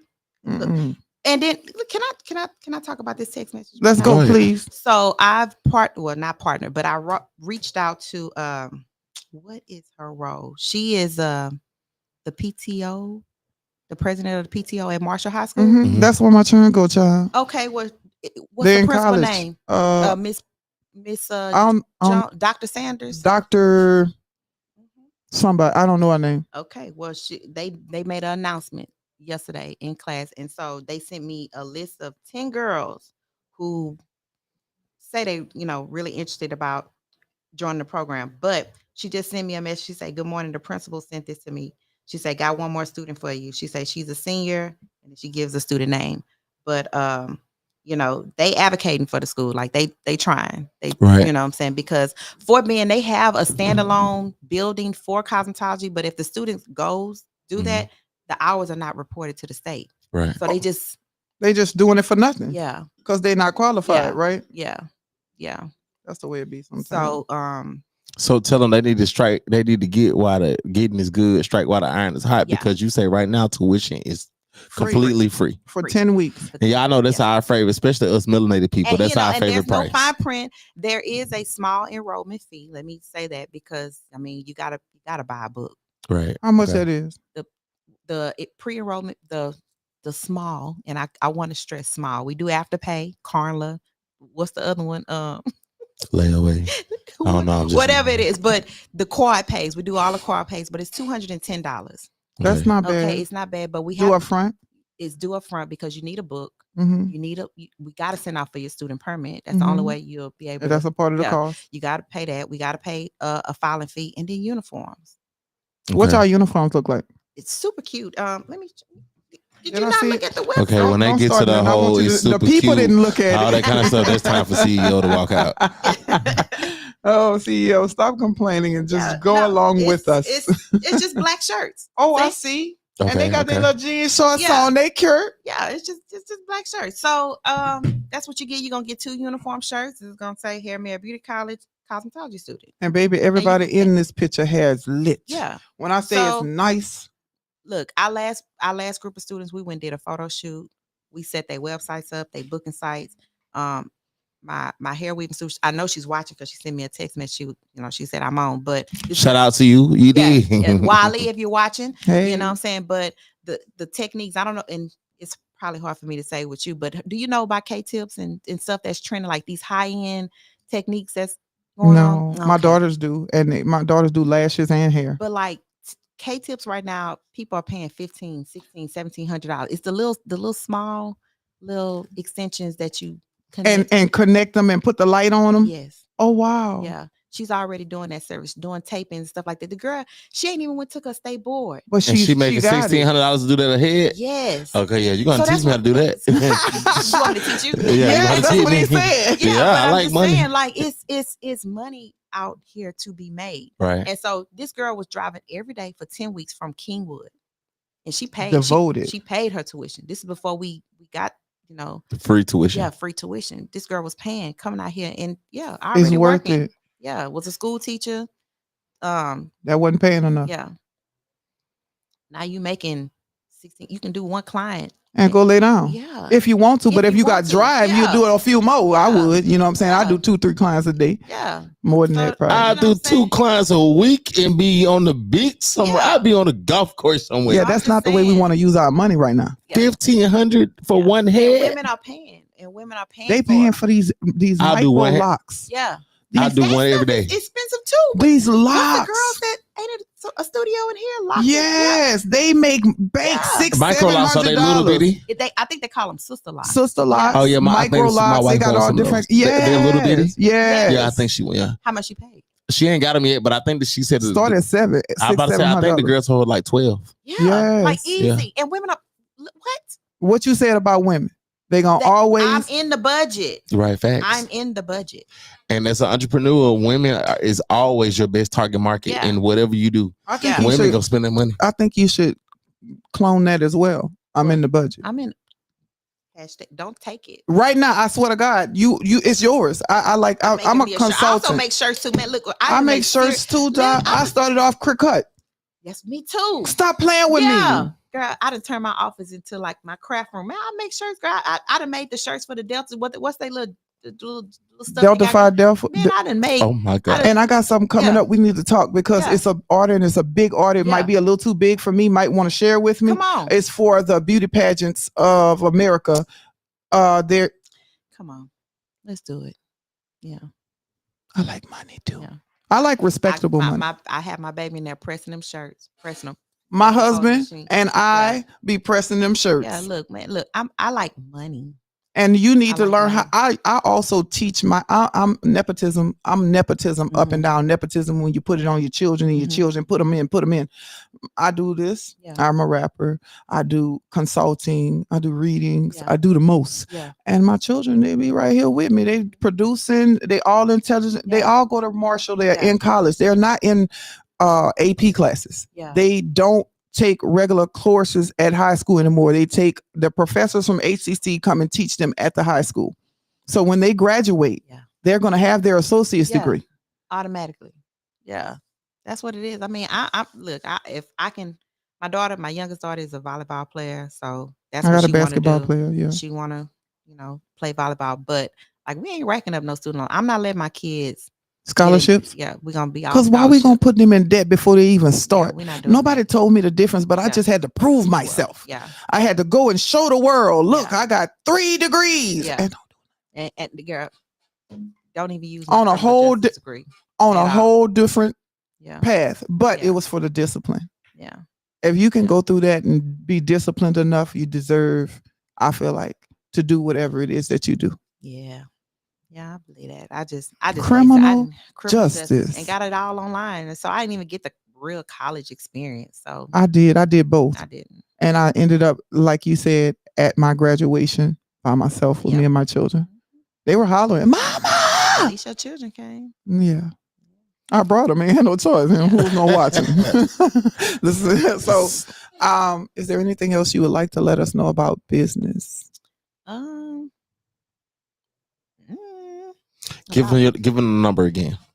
832-690-0667. And listen, like, and if anybody who's out there and is thinking like they want to do cosmetology, and then they have that one parent, because even a lot of my clients, I hear them saying, you know, I ain't let my baby do no hair. We are a $1 trillion industry. I believe that. Because baby, who gonna do this hair?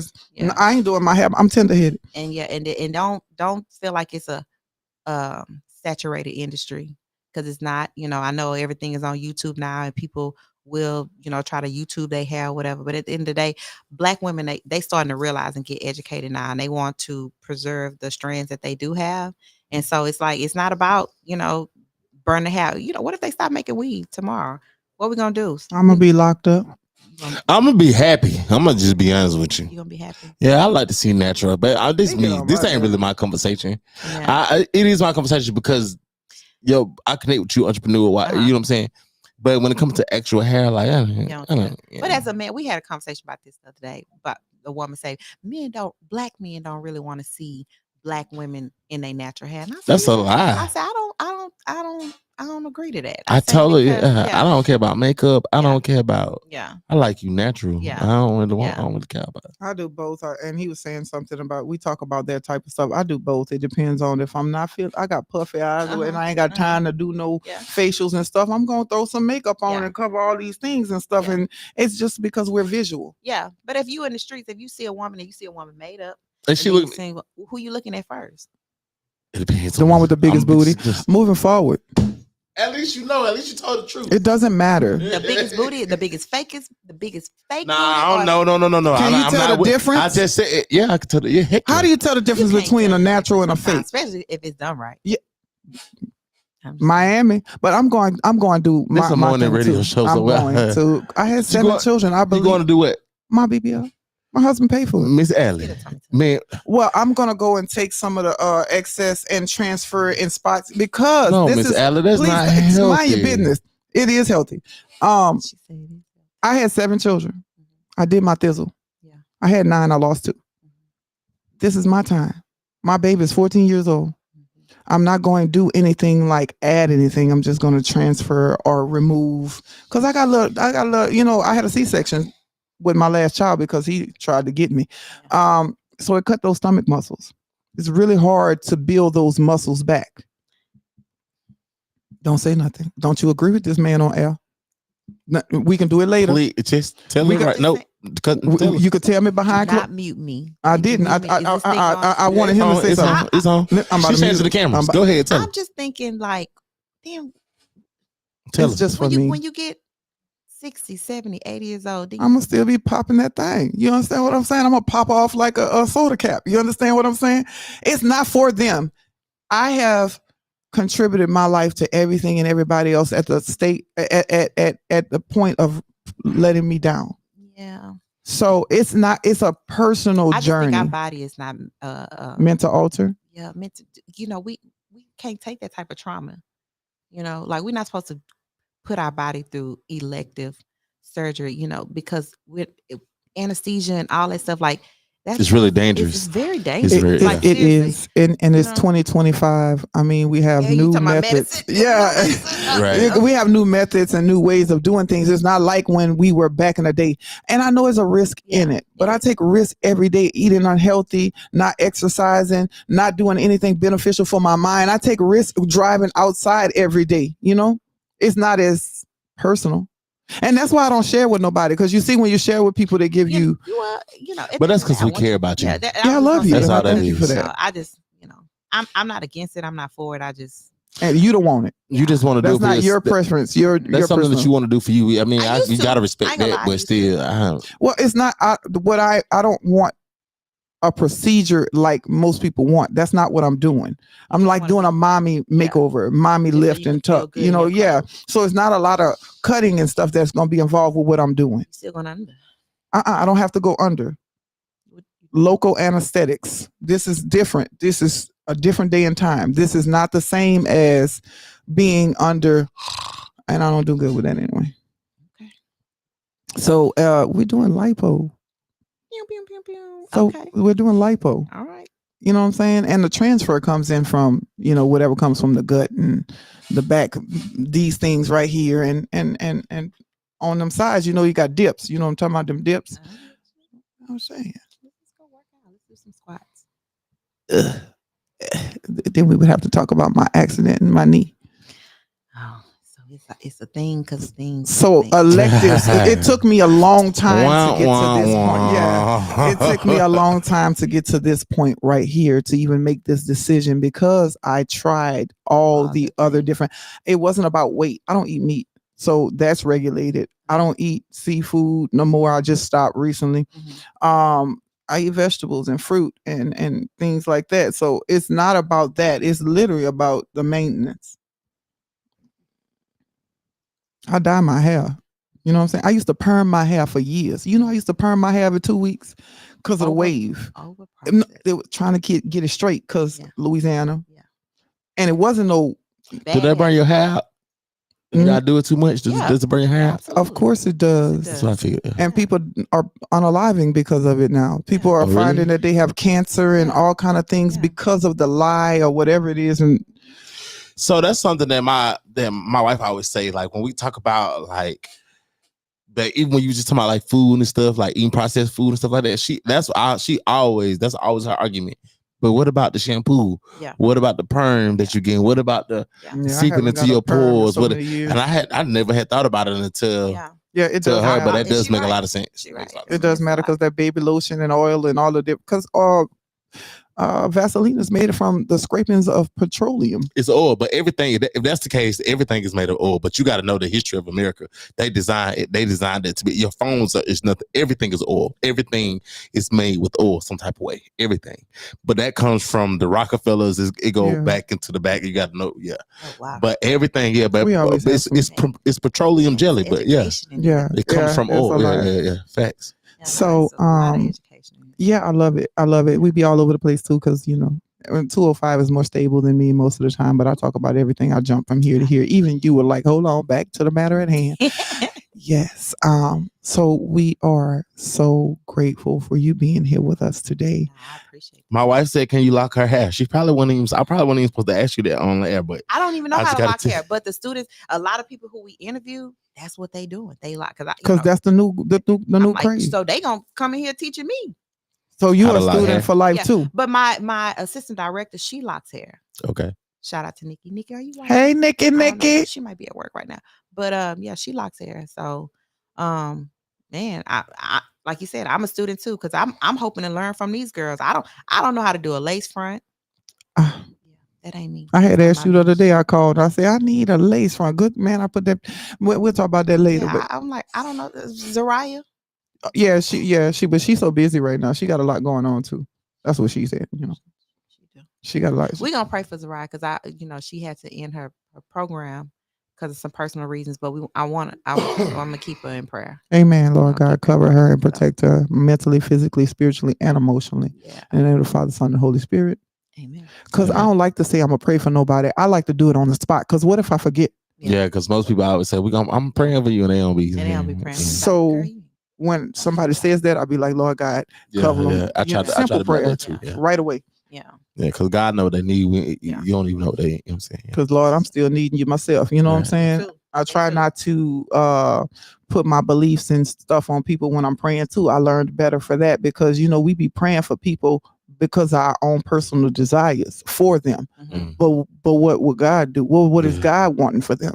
So we were like, Lord, keep them out them streets, keep them off the block, keep them this. Maybe God want them now to be a seed to something that change. Right. You never know when you are in service of greatness. Right. You know what I'm saying? You don't know. I didn't even look at it like that, but sometimes do God keep you in certain places or put people in certain places for experience. Use the law because of that. Yeah. Now when you come in here and mess with these little gangster girls, they not like, Yeah. And guess what? I'm better with other people sometimes than because a prophet is not respected in their hometown. Yeah. Because I can't get to my daughter, my oldest daughter. I can't get to her, but another girl, same age, coming here, they want to be under me. Loving, wishing they had a you. I'd be like, dang. But it's the hardening of her heart because God is still working on her. You listen, I just was telling you earlier, you have to be careful because you are raising you. See, that's your lot. That's your lot in life. You are raising you, and you have to think about what you needed. Yeah, at that time. Yeah. Hold on. Yeah. Who that is? Somebody just. I told you it comes instantly. It sends me a and it. form. Wow. Yeah. Who just did that? Let's see. Pre-registration. Can we shout out to him? Her name is. How you say that? Quinez. Quinez, the younger one. Yes, she just did it. Quinez Hartwell. Yeah, yeah. You know, I got 3 girls. One of them is actually a loctician. She does everybody's locks and stuff. Queenie Hartwell. Quinez Hartwell. Well, it's 2. Okay, Quinez and Quinez. Yeah. I sent it to them. I didn't know they was really gonna do it because they hard headed. Yeah. You know what I'm saying, Lord? Them your baby? That's my children. Calling them as soon as I get out of here. Hey, children. Yeah. Y'all did it. Come to this beauty college. Amen. Come on. And that's the ones that's in college. They smart. They got social media following. Yeah. The Quinez, she got 50,265 plays. She does music. She does hair. She does everything. Come on. The younger one too. She gonna be our what is it? She do TikTok managing. She does everything. She gonna be our cap. Is that what is it called? What's the people? The leader of the evening group. The captain. Is it captain? I don't know. She already put a manifest in. Lord, we received that in the name of the Father, Son, and Holy Spirit. Yeah, she's gonna be the captain. That's cool. You sent it to your baby? Oh yeah, she should be listening. She at school right now, but yeah. Mine at school too. I sent it at school. I say, hit his phone. You want me to send you the link? Yeah, send me I'll send you the link. Ain't nobody got time to play with 205. Yeah, because we want verifiable girls. Like nobody, because when people hear free, they could just anything come rolling in, and then like we want people who really want to complete the course, and we're gonna make sure you pass because we already got the answers. Ooh, girl, I love her. I'm a middleman.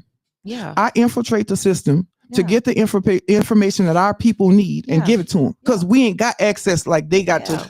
Oh, wait a minute. My baby said, send me the link that I'll do it right now. Because she listening. Thank you, Miss Allie. I did not just say that. Come on. No, seriously. They know each other. Y'all kids know each other. Yeah. Together.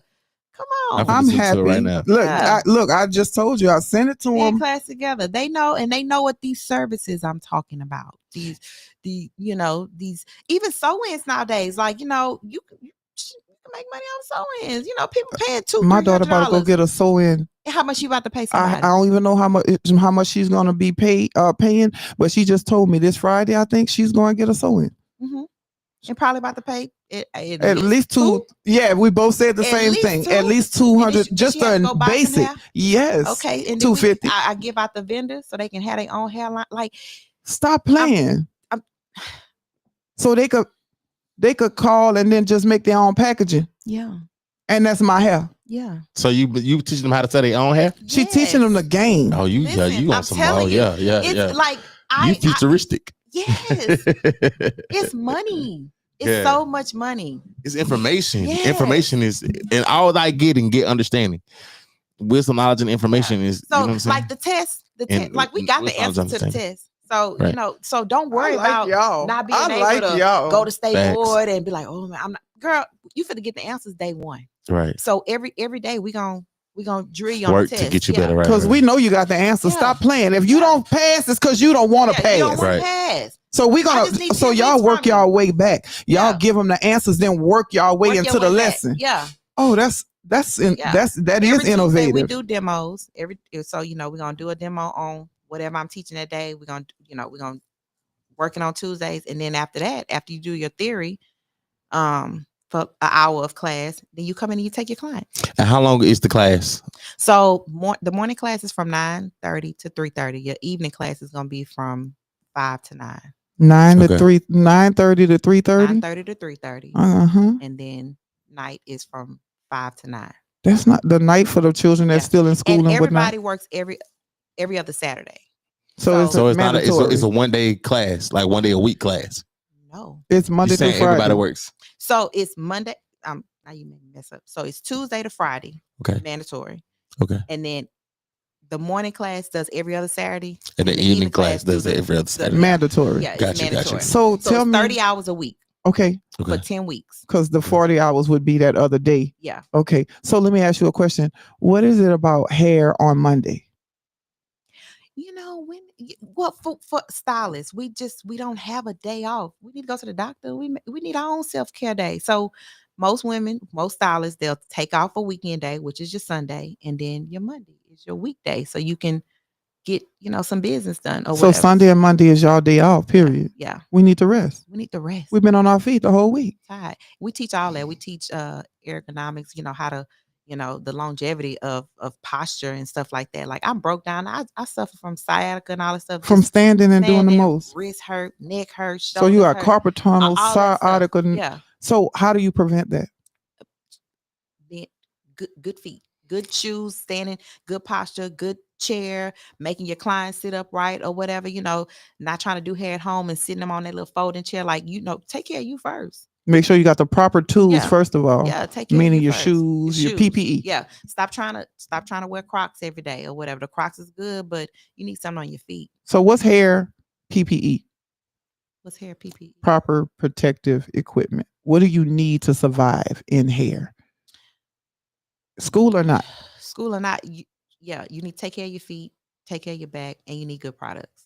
What kind? Like, what's a example of bad product, good product? Well, I get my own products. I'm a natural care, so all my products are vegan. So I would definitely just understand your ingredients, what you putting on people's hair or whatever. But kind of stay away from alcohol. A lot of stuff you can't avoid, unless you're doing a certain type of service. But just getting great quality products. Yeah. Including your shoes. Like for real. Don't skip on your feet. You need some Air Max or something? I mean, can't go wrong with Vapor Max. Man, I'm telling you, they got that bubble. Yeah. That's all I got. That's all I went for. The whatever them called, what them hookah. Them hookahs.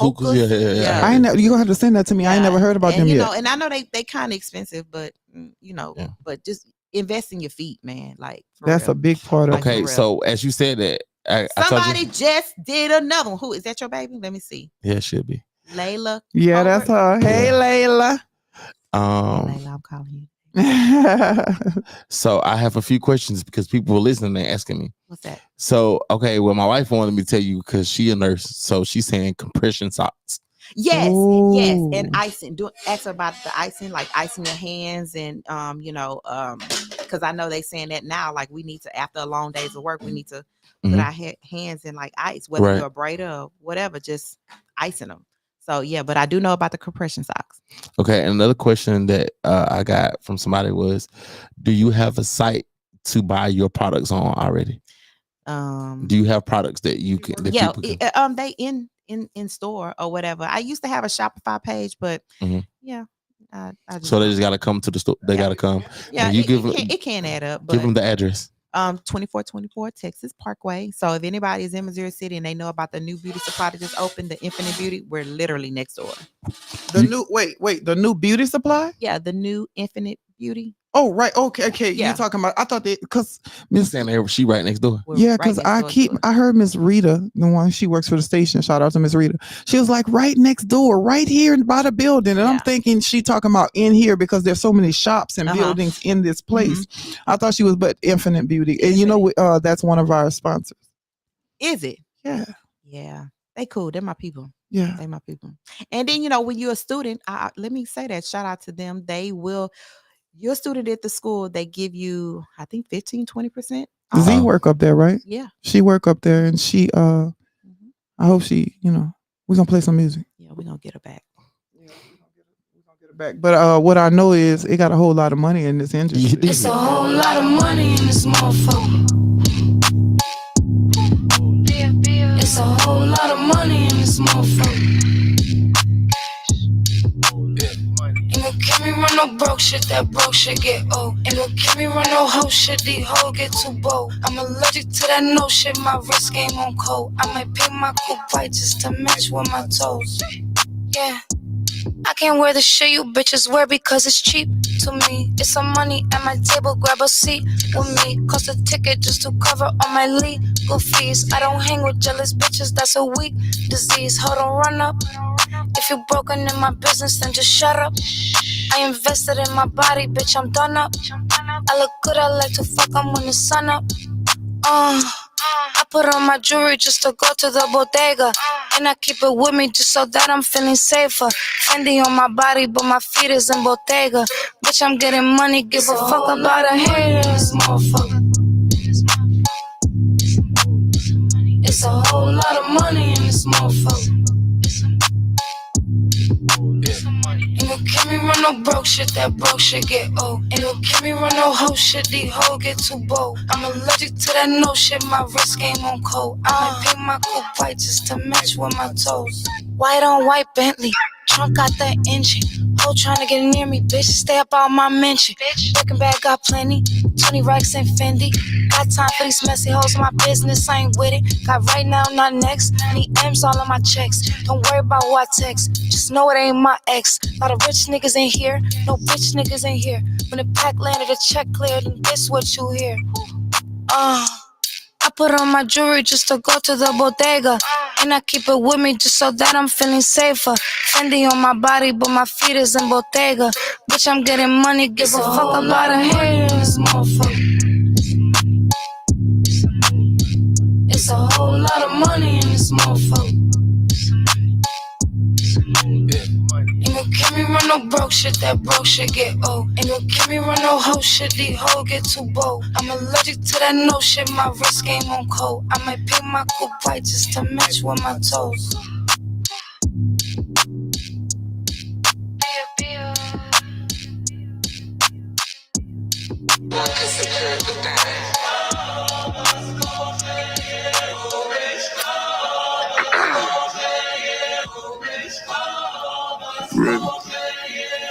Keep the bag, King Walker. Let's go, let's go, let's go, let's go, let's go, let's go, let's go, let's go, let's go, let's go, let's go, let's go, get some money. They playing. I told her take this plan B and stop playing. I'm tired of buying jewelry, finna buy some land. They still trying to figure out who I am, who I be. Pillow talking to these weak. They say money talk, put diamonds in my teeth. I be Louis down with Jordans on my feet. Messed up in your yard like trick or treat. You better play your cards right, you better not ever reach. For this chain over here, I put you underneath. Yeah, I ripped it 5, but I put you 6 feet deep. Let's go, let's go, let's go, let's go, let's go, let's go, let's go, let's go, let's go, let's go, let's go, let's go, let's go, get some money, the book. Hell yeah, I made some meals off my tours. Hell yeah, I made some meals off my merch too. I got yellow diamond Super Saiyan Goku. These only killers on Pro Tools. Old lame, I ain't got no juice. Old lame, I ain't got no motion. Niggas are flexing on these like I'm Hulk Hogan. Yeah, let's go, let's go, let's go, let's go, let's go, let's go. Handle business. I'm on the industry and God is my witness. Let's go, let's go, let's go, let's go, let's go, let's go, let's go, let's go, let's go, let's go, let's go, let's go, let's go.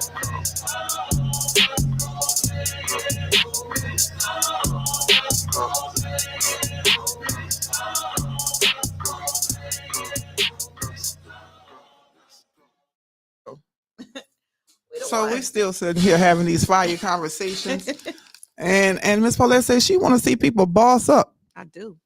Women. I do. Women. Black women. Okay, I was about, you know me, baby, because I was about to say, yes, you know, B.O.B. Black women, you know, regardless of your situation, you know, because I am not my story. That's just a part of me. But like my upbringing, and you know, that's not like that don't stop nothing. So I want women to just boss up and just see their potential, see it. Just our trauma. I think that my trauma from my childhood taught me how to be more empathetic for people.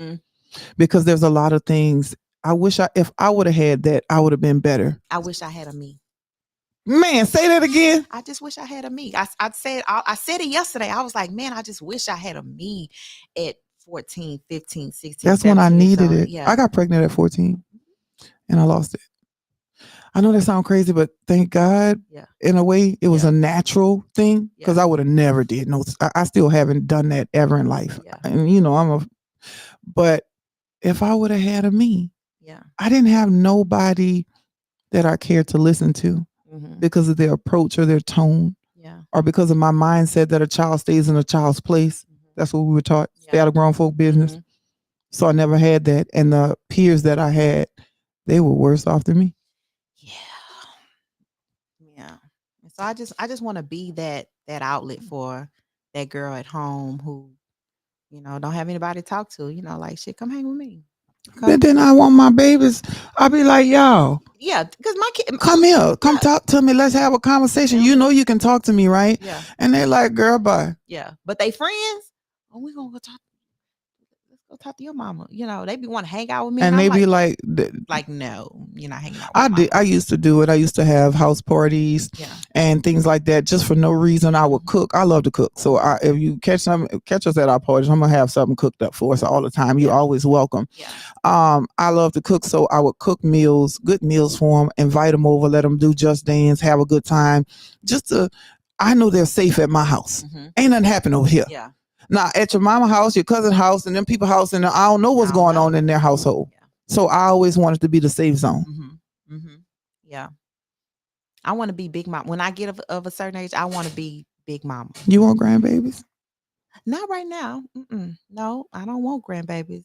I can understand that. But I just want to be like that cool, you know, but respected big mama or like favorite auntie or, you know, just, you know. I'm about to turn the lights down. I got to do something real quick. What? Now here, we're gonna go dark for a minute. Okay. If there's something, this is different, right? If there's something that you could say to your daughter, what would you say to her right now? I would say, let go. You know what I'm saying? Let the past go. And like stop looking in the rearview mirror and just go forward and just forgive whatever it is that you're holding on to. If it's me, you know, find your peace and like just live. Like live. You are not, because you know she had some hiccups or whatever just in her own little life or whatever, but like that is not who you are. Like that was a time, that was a moment, it was necessary, and you know, but like learn from it. And that's what I want her to just understand, like learn from it, that you don't got to be stuck there. That ain't it. But you got to teach her how to not be stuck there without saying nothing. But she just want to keep going backwards, and she don't understand that I don't live in the past. I don't. So you know, how can I'm all about solutions. All right. You know, but I'm not going to you're not going to hold me there. Just like I had to forgive my mom. I'm not going to keep saying, oh, mama, you know, that's why I was pregnant at 15 because you was on drugs and all that stuff. My mama didn't make me go have sex at 15 years old. Well, I'm glad you said that. What about this little girl that was in front of the church and the pastor brought her up in Virginia? His name is Teddy Jackson.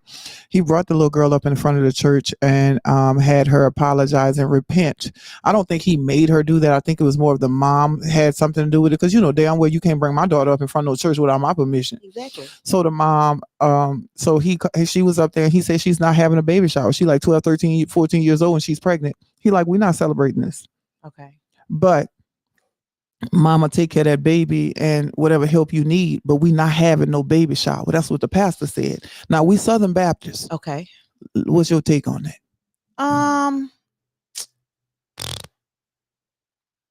That's a tough one. No, I want you to answer from a place of identification. You know, so I had my baby at 15 and So I hid my pregnancy up until my 8th month or whatever. I ended up having real bad acne. My mama took me to the dermatologist and they was trying to give me this medicine. And he was like, oh yeah, you're going to be good for it. You know, you ain't pregnant, you this, you. And I was like, but what if I am? You know, what would happen if somebody is pregnant? So Anyway, I said that to say that's how my mama found out I was pregnant. I was 8 months pregnant. You hid it the whole time? The whole time.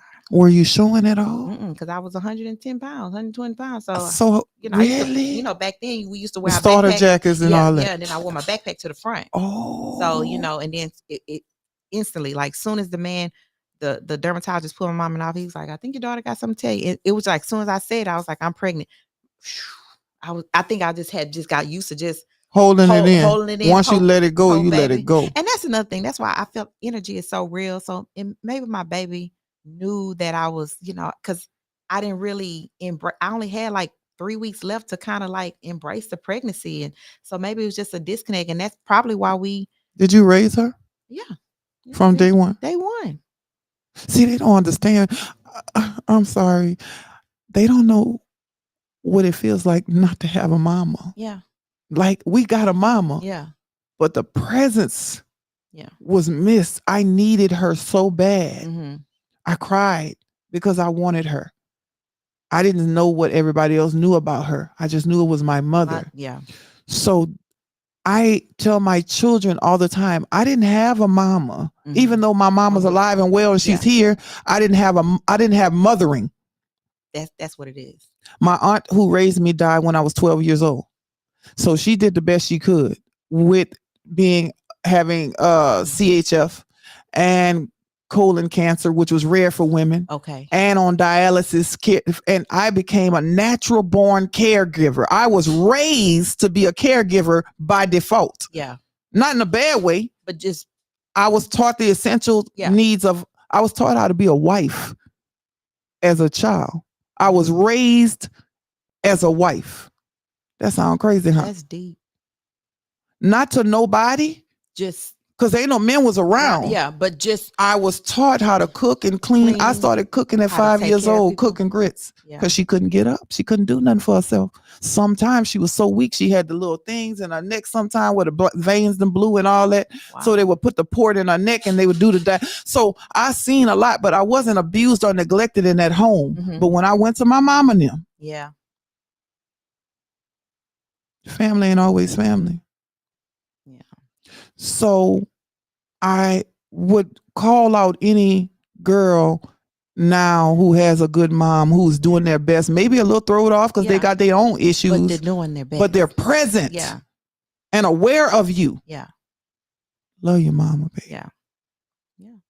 Because I wasn't going to leave I might have messed up the whole time parenting because I didn't know what the hell to do. Yeah. But I ain't going to leave you. Yeah, I'm right here. And maybe that's a good thing and a bad thing. Yeah. Yeah, but right now, me and my oldest daughter, I'm giving tough love right now because, the more and more you keep giving, it's going through like the unappreciation, where it's just like, I know my mama gonna give it to her. And for some reason, she think I'm rich or big whatever. Money, like, baby. man, I'm like, where you think? Okay. I'm trying to make it my damn self. I'm like, girl, like, man, them older kids seem like they saw so our older children saw more of us. They know more of us personally because they seen us through our relationships, our struggles, our failures, the negative stuff. They saw a lot of negative and they saw the way we responded to it. Because I didn't always I cried, I yelled, I screamed, I went off. I was in relationships. They saw me get into it. They done seen all kind of stuff and they like, they don't respect me because of my gangster say one thing, but what I lived through say something else. Yeah. So the 26-year-old acts a damn fool, and you ain't gonna cuss me out. Yeah. You ain't gonna talk noise to me. I don't give a damn on what planet, station, zodiac sign, or whatever it is. You got me. That's what we're not doing. Bent. That's what we're not doing. So yeah. So we in this tough love stage. Like I used to buy my daughter a car probably every other year, cash car. Yep, me too. I'm a cash car person. I bought him that too.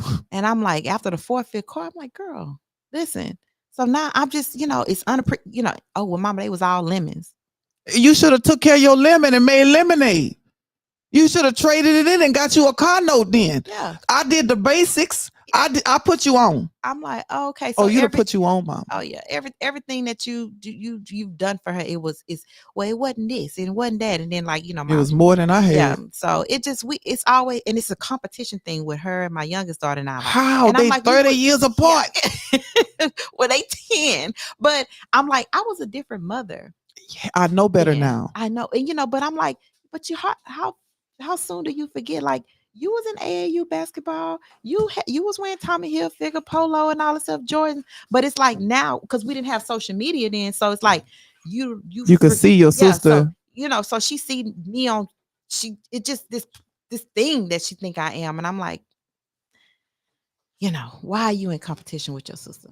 Like, I have daughters. I have one born September 26th, 27th, and the 29th, and they live together.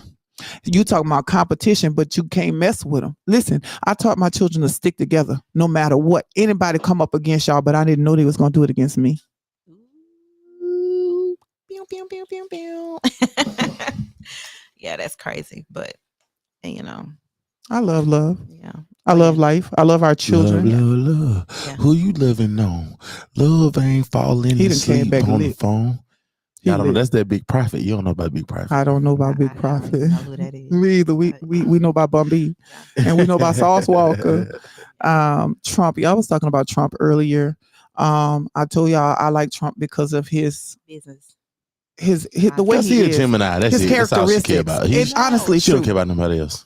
But he runs the country like a business, and I think our country did better when he was in office. That was the most money I made. Come on, talk about it. Why they playing with this man? I'm telling you, that was the most. But let me tell you this though. Hold up. Let's back Here he up. go. I done turned the lights off. You know where that came from? Where? Barack Obama. Oh Lord, that man! Y'all still trying to take that man's shine, bro. Y'all still trying. It don't matter if it came from Barack. He wasn't the one that issued it out. What you talking about? The stimulus? It came under the administration of Trump, even though it was put in place by Obama, just like the health care. If we would have went through COVID last year, we would have got a stimulus from Obama, from Biden. The way the United States is set up, you're going to. That's. Let me tell you something. Synopsis. Just give you a synopsis. President Obama, he set it up. He said it, but they blocked a lot of things because he was President Obama. Y'all know why he did Obamacare? So we can have free health care with the United States of America. Mm-hmm. Certain countries like Canada, Europe, certain places have free health care. He set it in place because he knew COVID was finna come because it's propaganda.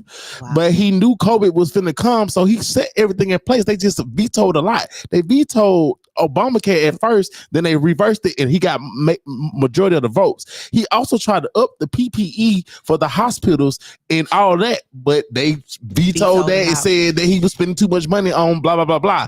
He upped the economy. When President Obama became the president, he inherited the worst economy that we had in years from Bush. He upped the economy. Not only did he up the economy, his wife was doing what she was doing on the healthcare, the health, fitness, and about the kids eating right and all that. But President Obama, when you're president, you have a domestic agenda and an international agenda. The domestic is, of course, the United States of America. He fulfilled his obligations with the international agenda first by killing bin Laden. Then he came back. Something happened. I can't remember, but he opened the floodgates. Who killed bin Laden? Under Obama. That was administration. That was under President Obama administration. Saddam Hussein. Yeah, that was Bush. Something like whichever one. No, you're right.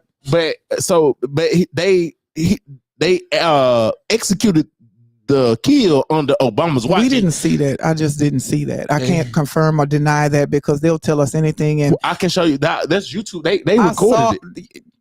They also recorded men going to the moon. Oh yeah, that's facts too. So you know, what I'm saying? But I believe that story because it's too much. It's just too much. Well, you believe the Al Qaeda attacks in New York as well when they showed all the evidence stating why it wasn't possible. Oh yeah, I know that. I know that the Twin Towers. I know what really happened. That had something to do with George Bush, and he owed them money for the oil that they own, and blah blah blah blah. And it was blowed up. It was blowed up. The planes hit it, but the planes was just a scapegoat. It was blowed up from the bottom. President Bush, if you don't have to believe me, you can go Google this. President George Bush Jr. brother was the head of security for the Twin Towers. A week before they evacuated the Twin Towers, they brought in like this certain particular bomb squad. They'll tell you, the architecture people will tell you, for a plane to hit a building, it was not supposed to fall the way that it fell. Not being able to hit fell a building. almost accordingly. But yeah, that's paperwork. So yeah, but back to Obama. So yeah. He inherited a bad economy. He flipped it. He flipped the economy. He did that. Now I don't agree with the same sex marriages. That's my personal. I don't agree with that. You don't believe in bumpers?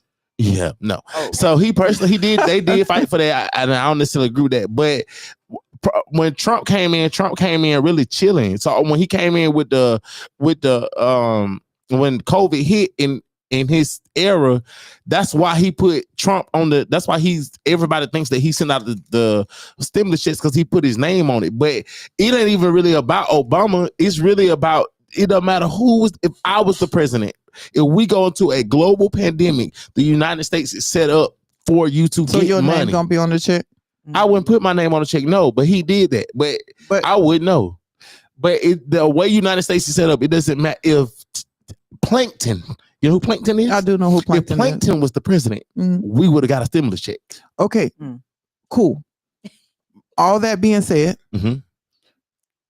because I already know where you gonna go. I already know. I still rock with Trump. Feel like when we are under a Republican regime, we get more money. When we are under the Democratic regime, we don't. Yeah, I mean, but that's what they are, though. That's what they are. If we knew what the Democrats really was about, we wouldn't even associate with them. That's true. I totally agree horrible. with you. Yeah, a lot of people don't know that. Horrible. A lot of people do not know that, but you're absolutely right. They are the ones who did Jim Crow. Right. That's the right. People who said if you get their minds, their body will fall. Right. Mess up their head, mess up their psychological. That was a Jim Crow, how to deal with our people. Right. The Bible only had 66 books because of that type of. No, there were 66 books missing from the Bible. Enoch, Ruth, the book of Adam and Eve, Jubilee. All these different books are not in there. They say it wasn't good. It wasn't good information for us to have.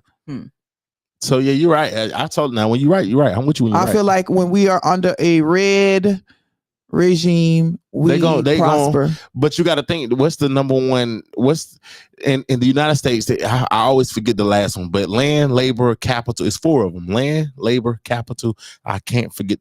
4 is necessary, sir. Yeah. Okay. Let me look it up. Thank you. But there's 4 major ways to make money, and there's 4 pillars. Land.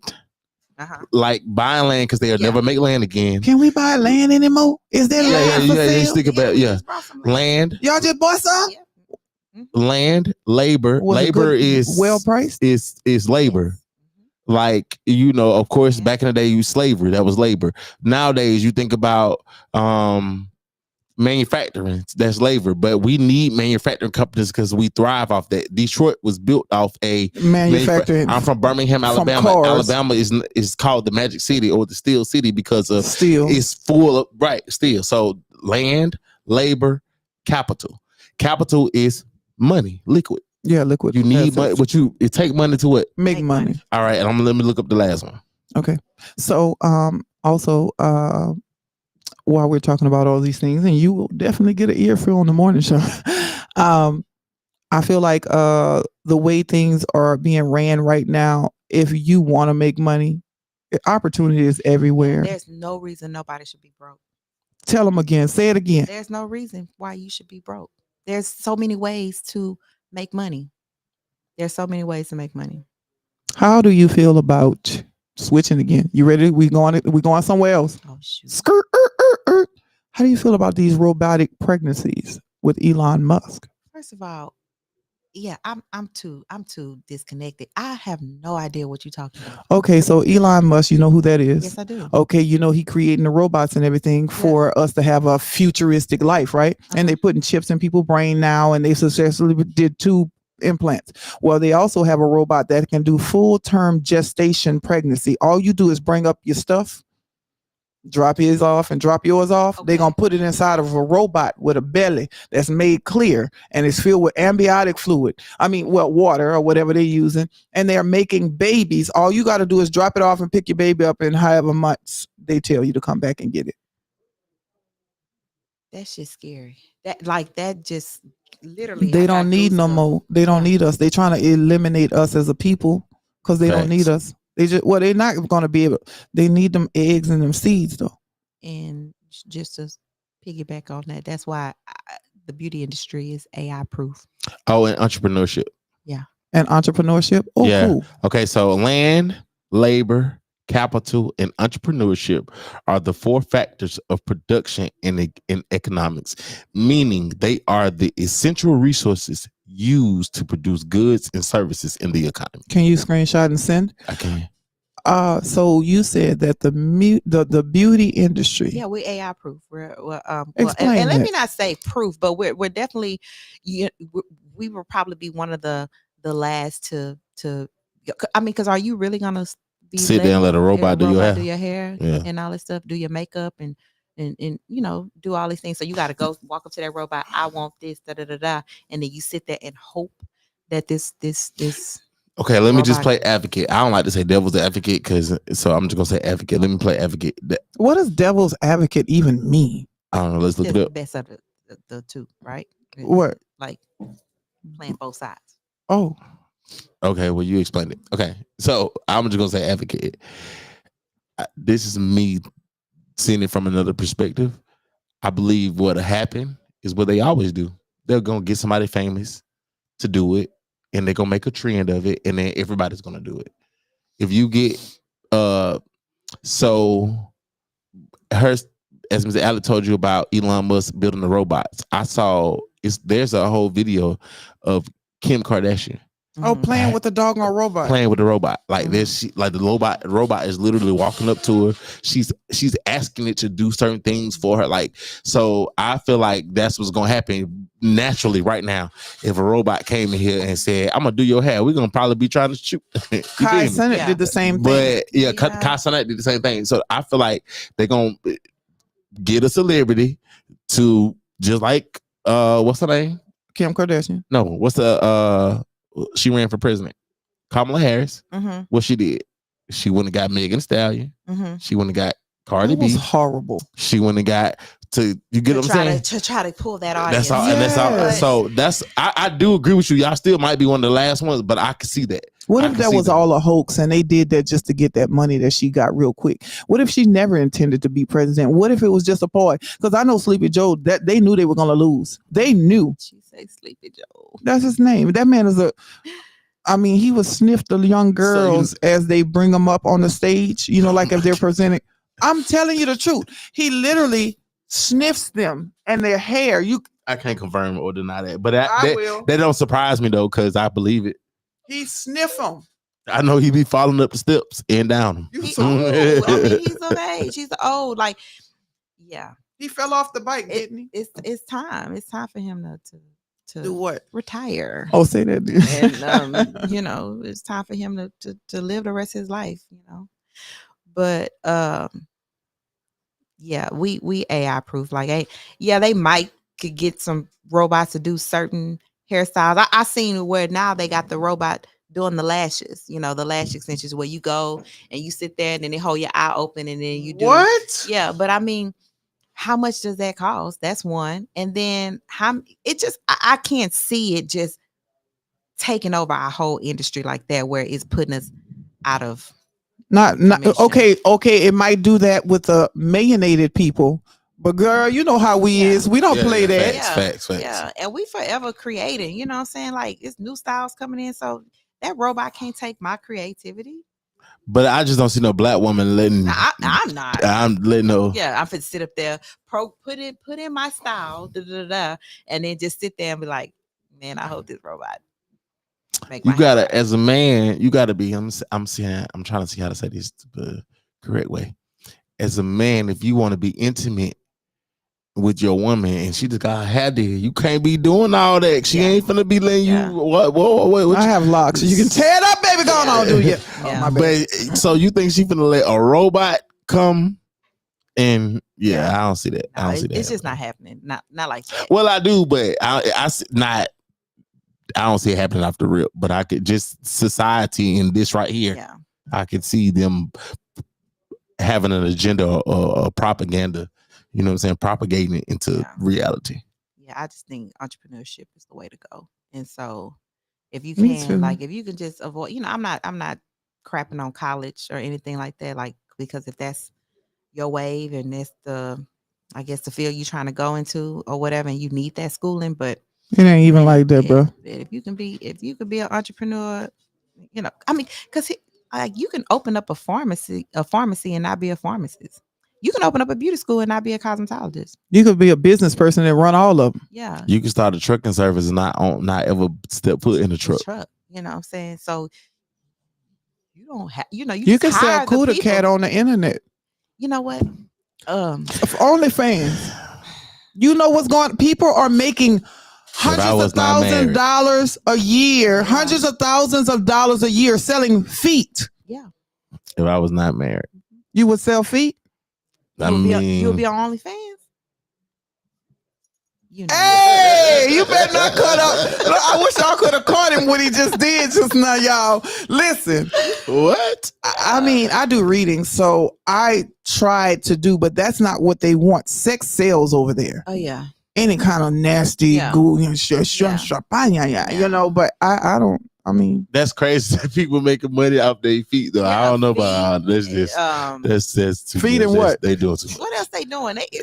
Whatever. I don't go on there, so I wouldn't know. I don't know. But I haven't. But you have some really good OnlyFans page where it's people are really showing like what? I'm asking. They got cooking. Oh, they do. Yeah. So you know who Ocho Cinco is? I do, of course. He said that he told a story on Nightcap that he got into OnlyFans and people expected him to be like showing off, and he said when they subscribed to his channel, they would just watch him play the game. Yeah. You know how many people, guess what? There was a rapper who recently said, or a gamer, whoever it was, he's like, if you're playing games and you're not making money, what are you there for? What are you doing? Yeah. There's ways to make money sitting at home, playing a video game, signing up to certain apps, and you will get paid to do it. Oh, I need to do that. You get paid, and I'll send you the link. Oh yeah, of course. But I say that, but I ain't really got the time. But when I do have a little downtime, I'll play the game. But but you have to do it so much to actually get. See, that's the thing. I don't have time about that. She makes money from YouTube eating. Now she's a talking about a pet peeve. Yeah. Oh, that get on my nerves. She cooks, right? She cooks amazing. Like on her personal page, she cooks all these, these different dishes or whatever. But then she go live on YouTube and eat her food. Them. Is that woman with them little nails and she always sitting there? Oh no, with like the crab and stuff. Yeah. Oh yeah. I hate to see that. But they make money from that. Oh my! I hate to see people just sitting in the car eating food. Like that bothers me. Why are you doing that? Yeah. I don't. It don't bother me as long as I always pray. I got a prayer that I pray for things that I don't like, people I don't like, places I don't like. It's nouns, the nouns of life, people, places, and things. Mm-hmm. Lord God, bless them in another direction where I don't even have to come in contact with them, and bless me in another direction where I'm living my life and they're living their life and we don't have to come into connection with one another, Lord. Anything that is not of you for me, bless them somewhere else. In the name of Jesus. Amen. Amen. But yeah, there's people like that. And you know what else? People getting on the internet and crying. If you crying that bad, why is you grabbing the phone? Oh, you talking about like when they be making the ugly face cry and whatever, like why are you crying? If it's that bad, what in your psyche made you pick up the phone and go live with it and go like, because they get empathy. You realize that the chats are lit. Normally when they're doing that, showing people love emotion. Yeah. Whether it's negative or positive. Yeah. So when they see that, they automatically start commenting, oh, it's gonna be all right. Some of these people are attention whores. Then they turn the pain into comedy. Like remember when Tyrese? Oh yeah, the internet is never serious. It's not. I mean, but let me ask you a question. My Shayla, but why he gotta act like? But he was going through something at the time, I believe. He always going through something. He's a Capricorn. No, but I think he was like literally going through like they had put him on some meds and it triggered him a certain way. Like he had to get off of it. He's still tripping. Oh yeah, well, he just not went on the internet the other night talking about this my money. You gonna have to unalive me to get anything from me. Speaking to his ex-wife or baby mama or whoever it was that had the last child. It's probably something deeper than that, though. He's staying. It's probably something deeper but than he that. is a relationship. He is a Capricorn. I know that y'all don't know yet, but over time, y'all gonna understand there's a certain way that they act. Yeah. Jay a Capricorn. Okay. A lot of my son is a Capricorn. My oldest son, they have a certain way that they respond to things. And then I do tarot. You know, I'm a tarot reader. They're the devil card.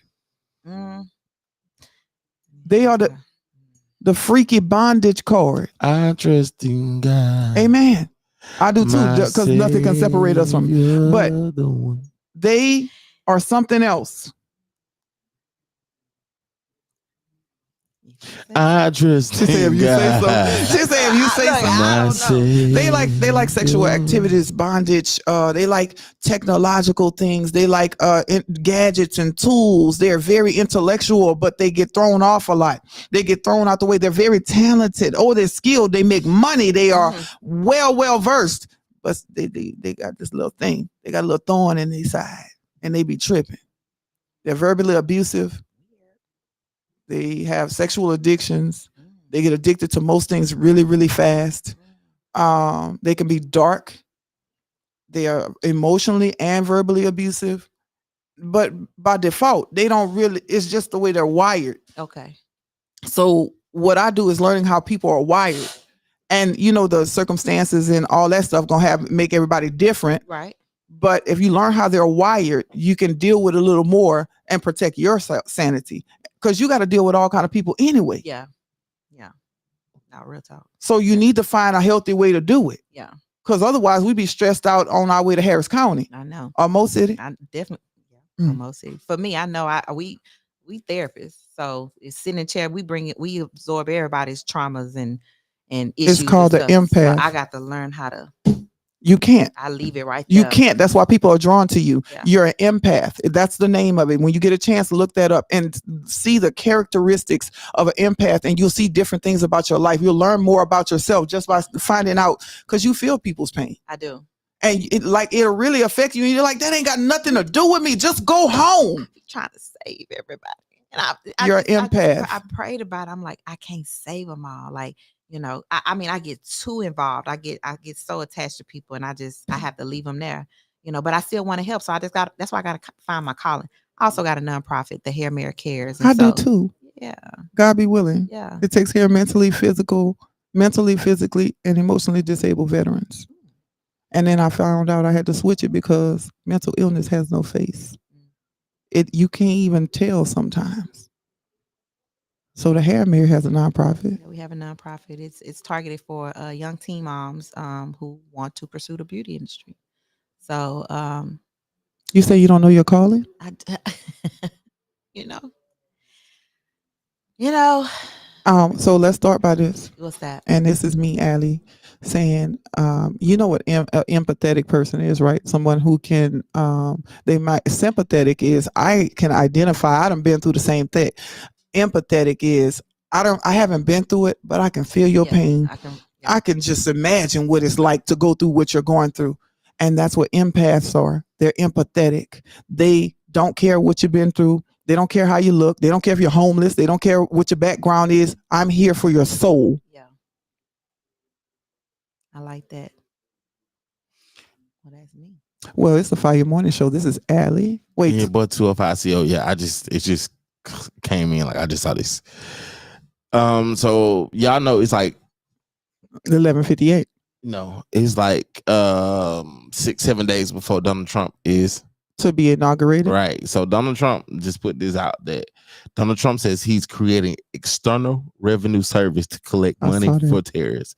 So for too long, this is a tweet by Donald J. Trump that you agree with. Go ahead. I'm just reading it. But you agree with it. I know you do.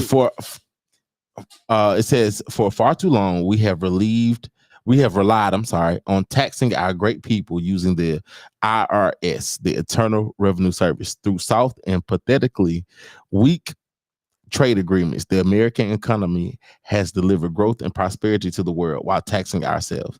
It is time for that to change.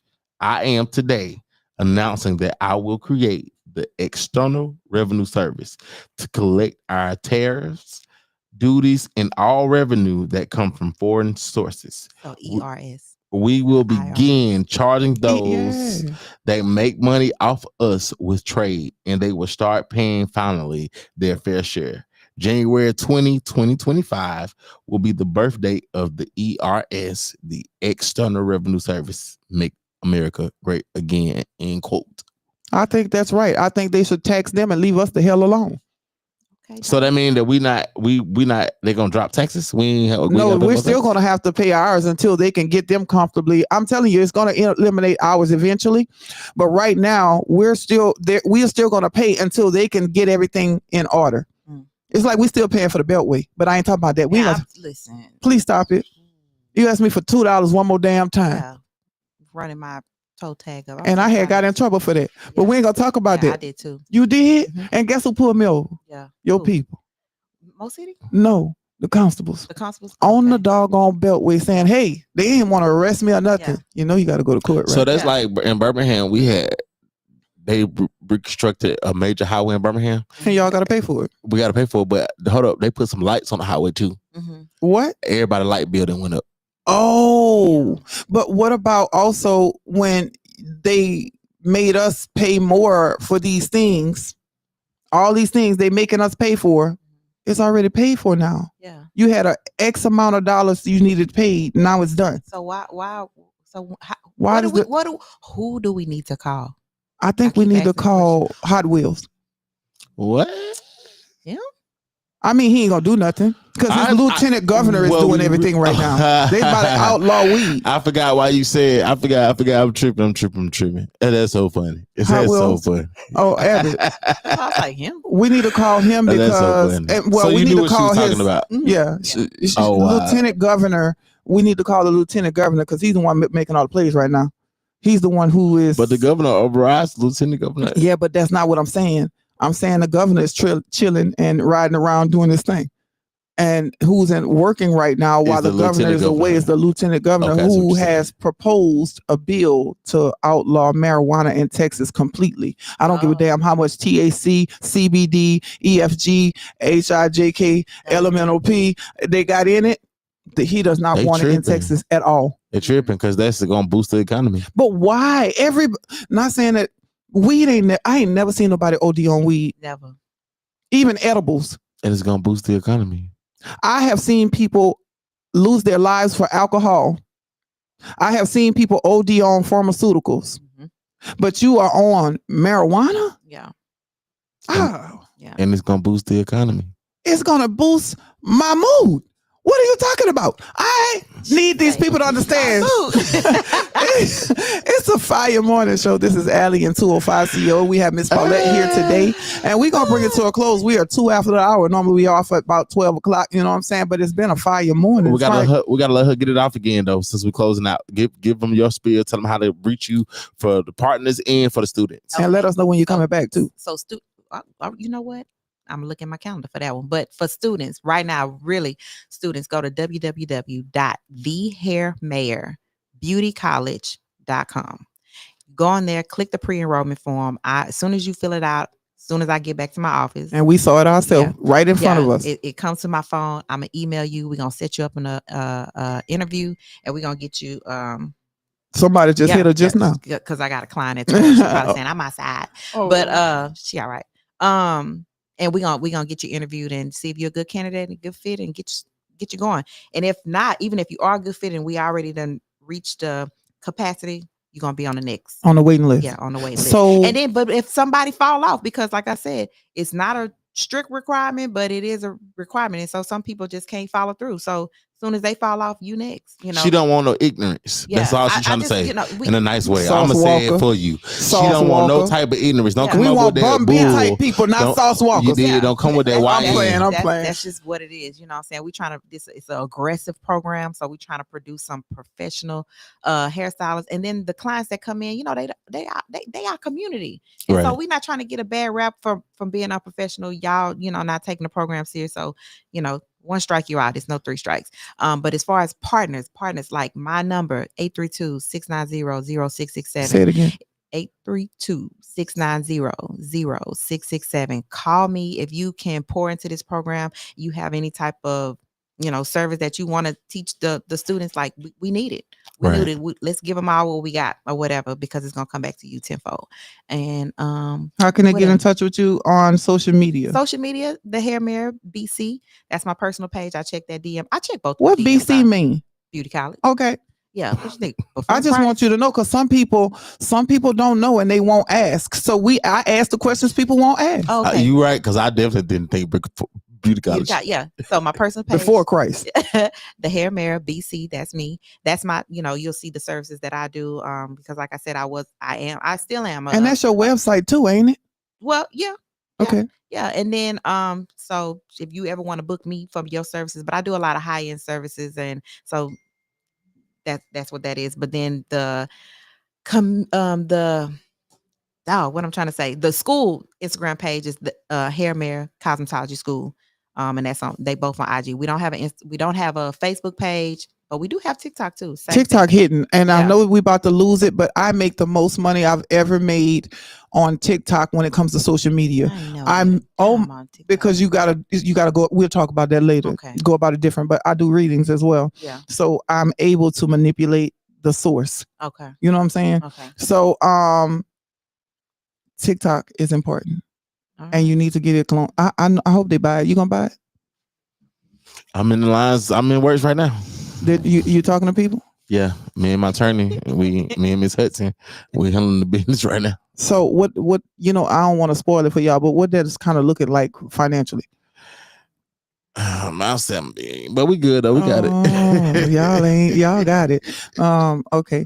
So but what were we talking about? Because we be all over the place. No, and so right now we just really trending on Instagram, no Facebook page, and like I said, we on TikTok, but yeah, like so Instagram hidden. Yeah, we definitely gonna share it. Send that link to us.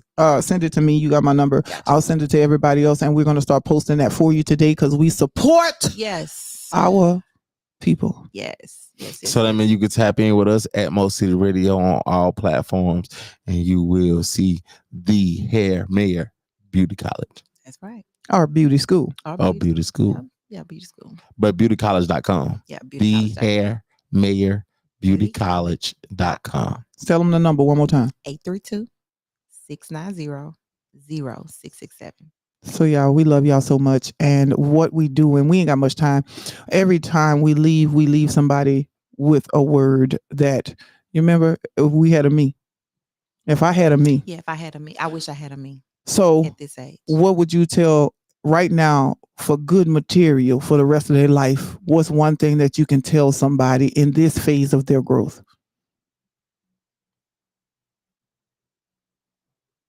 I don't know. Don't worry about it. Just keep going. One foot in front of the other. I don't know, but keep going. That was amazing, because guess what? At this phase of growth, most people need to hear that. Don't quit. Yeah. Just keep going. Just keep going. 205. My whole life is just because I kept going. You didn't quit. I ain't quit. I wanted to. Yeah. I thought I did a couple times. Yeah. But God had other plans. Yeah. I still was going when I thought I was depressed and down and by myself. I still was doing something, even if I knew it knowingly. My pain, I share it. I'm a living sacrifice. Mm-hmm. So I'm transparent, just like you. Mm-hmm. I love that. Yeah. So I'm not afraid to tell my dark stories, my dark night. That's another thing too. Don't be ashamed. It is what it is. That your situation you've been through, that is not your story. That's just a chapter. So the book is still going. Yeah, it's still going. What you got for us? Grace and peace be multiplied to you in abundance. Amen.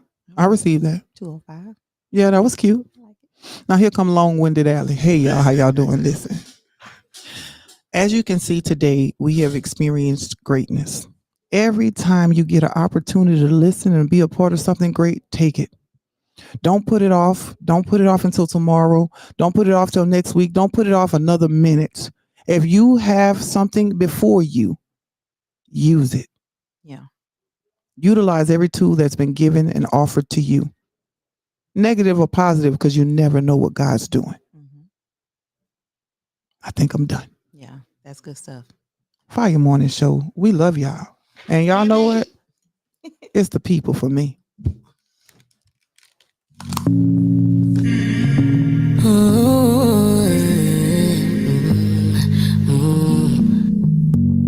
From Bamandait, Libyanka. I've been drinking more alcohol for the past 5 days. Did you check on me? Now did you look for me? I walked in the room, eyes are red, and I don't smoke banga. Did you check on me? Did you check on me? Now did you notice me? Nobody will know the paranoia. Cause I put a smile on my face, a facade you can never face. And if you don't know me well, you won't see how buried I am inside my grave. Inside my grave. Cause you see people don't really know you. They don't really know you. Cause you see people they don't really know you. They don't really know. I've been drinking more alcohol for the past 5 days. Did you check on me? Now did you look for me? I walked in the room, eyes are red, and I don't smoke banga. Did you check on me? Did you check on me? Now did you notice me? Oh, Holy Father, they drive over my head. Cause they make you no leave me deep. Oh, Holy Father, yeah. Oh, make you try to understand. Yeah, who can know that for you? Cause you see people don't really know you. They don't really know you. Cause you see people they don't really know you. They don't really know. I've been drinking more alcohol for the past 5 days. Did you check on me? Now did you look for me?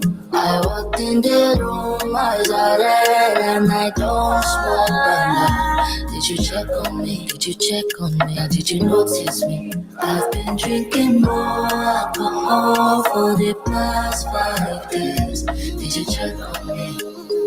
Now did you look for me? I walked in the room, eyes are red, and I don't smoke banga. Did you check on me? Did you check on me? Now did you notice me? For the past 5 days, did you check on me?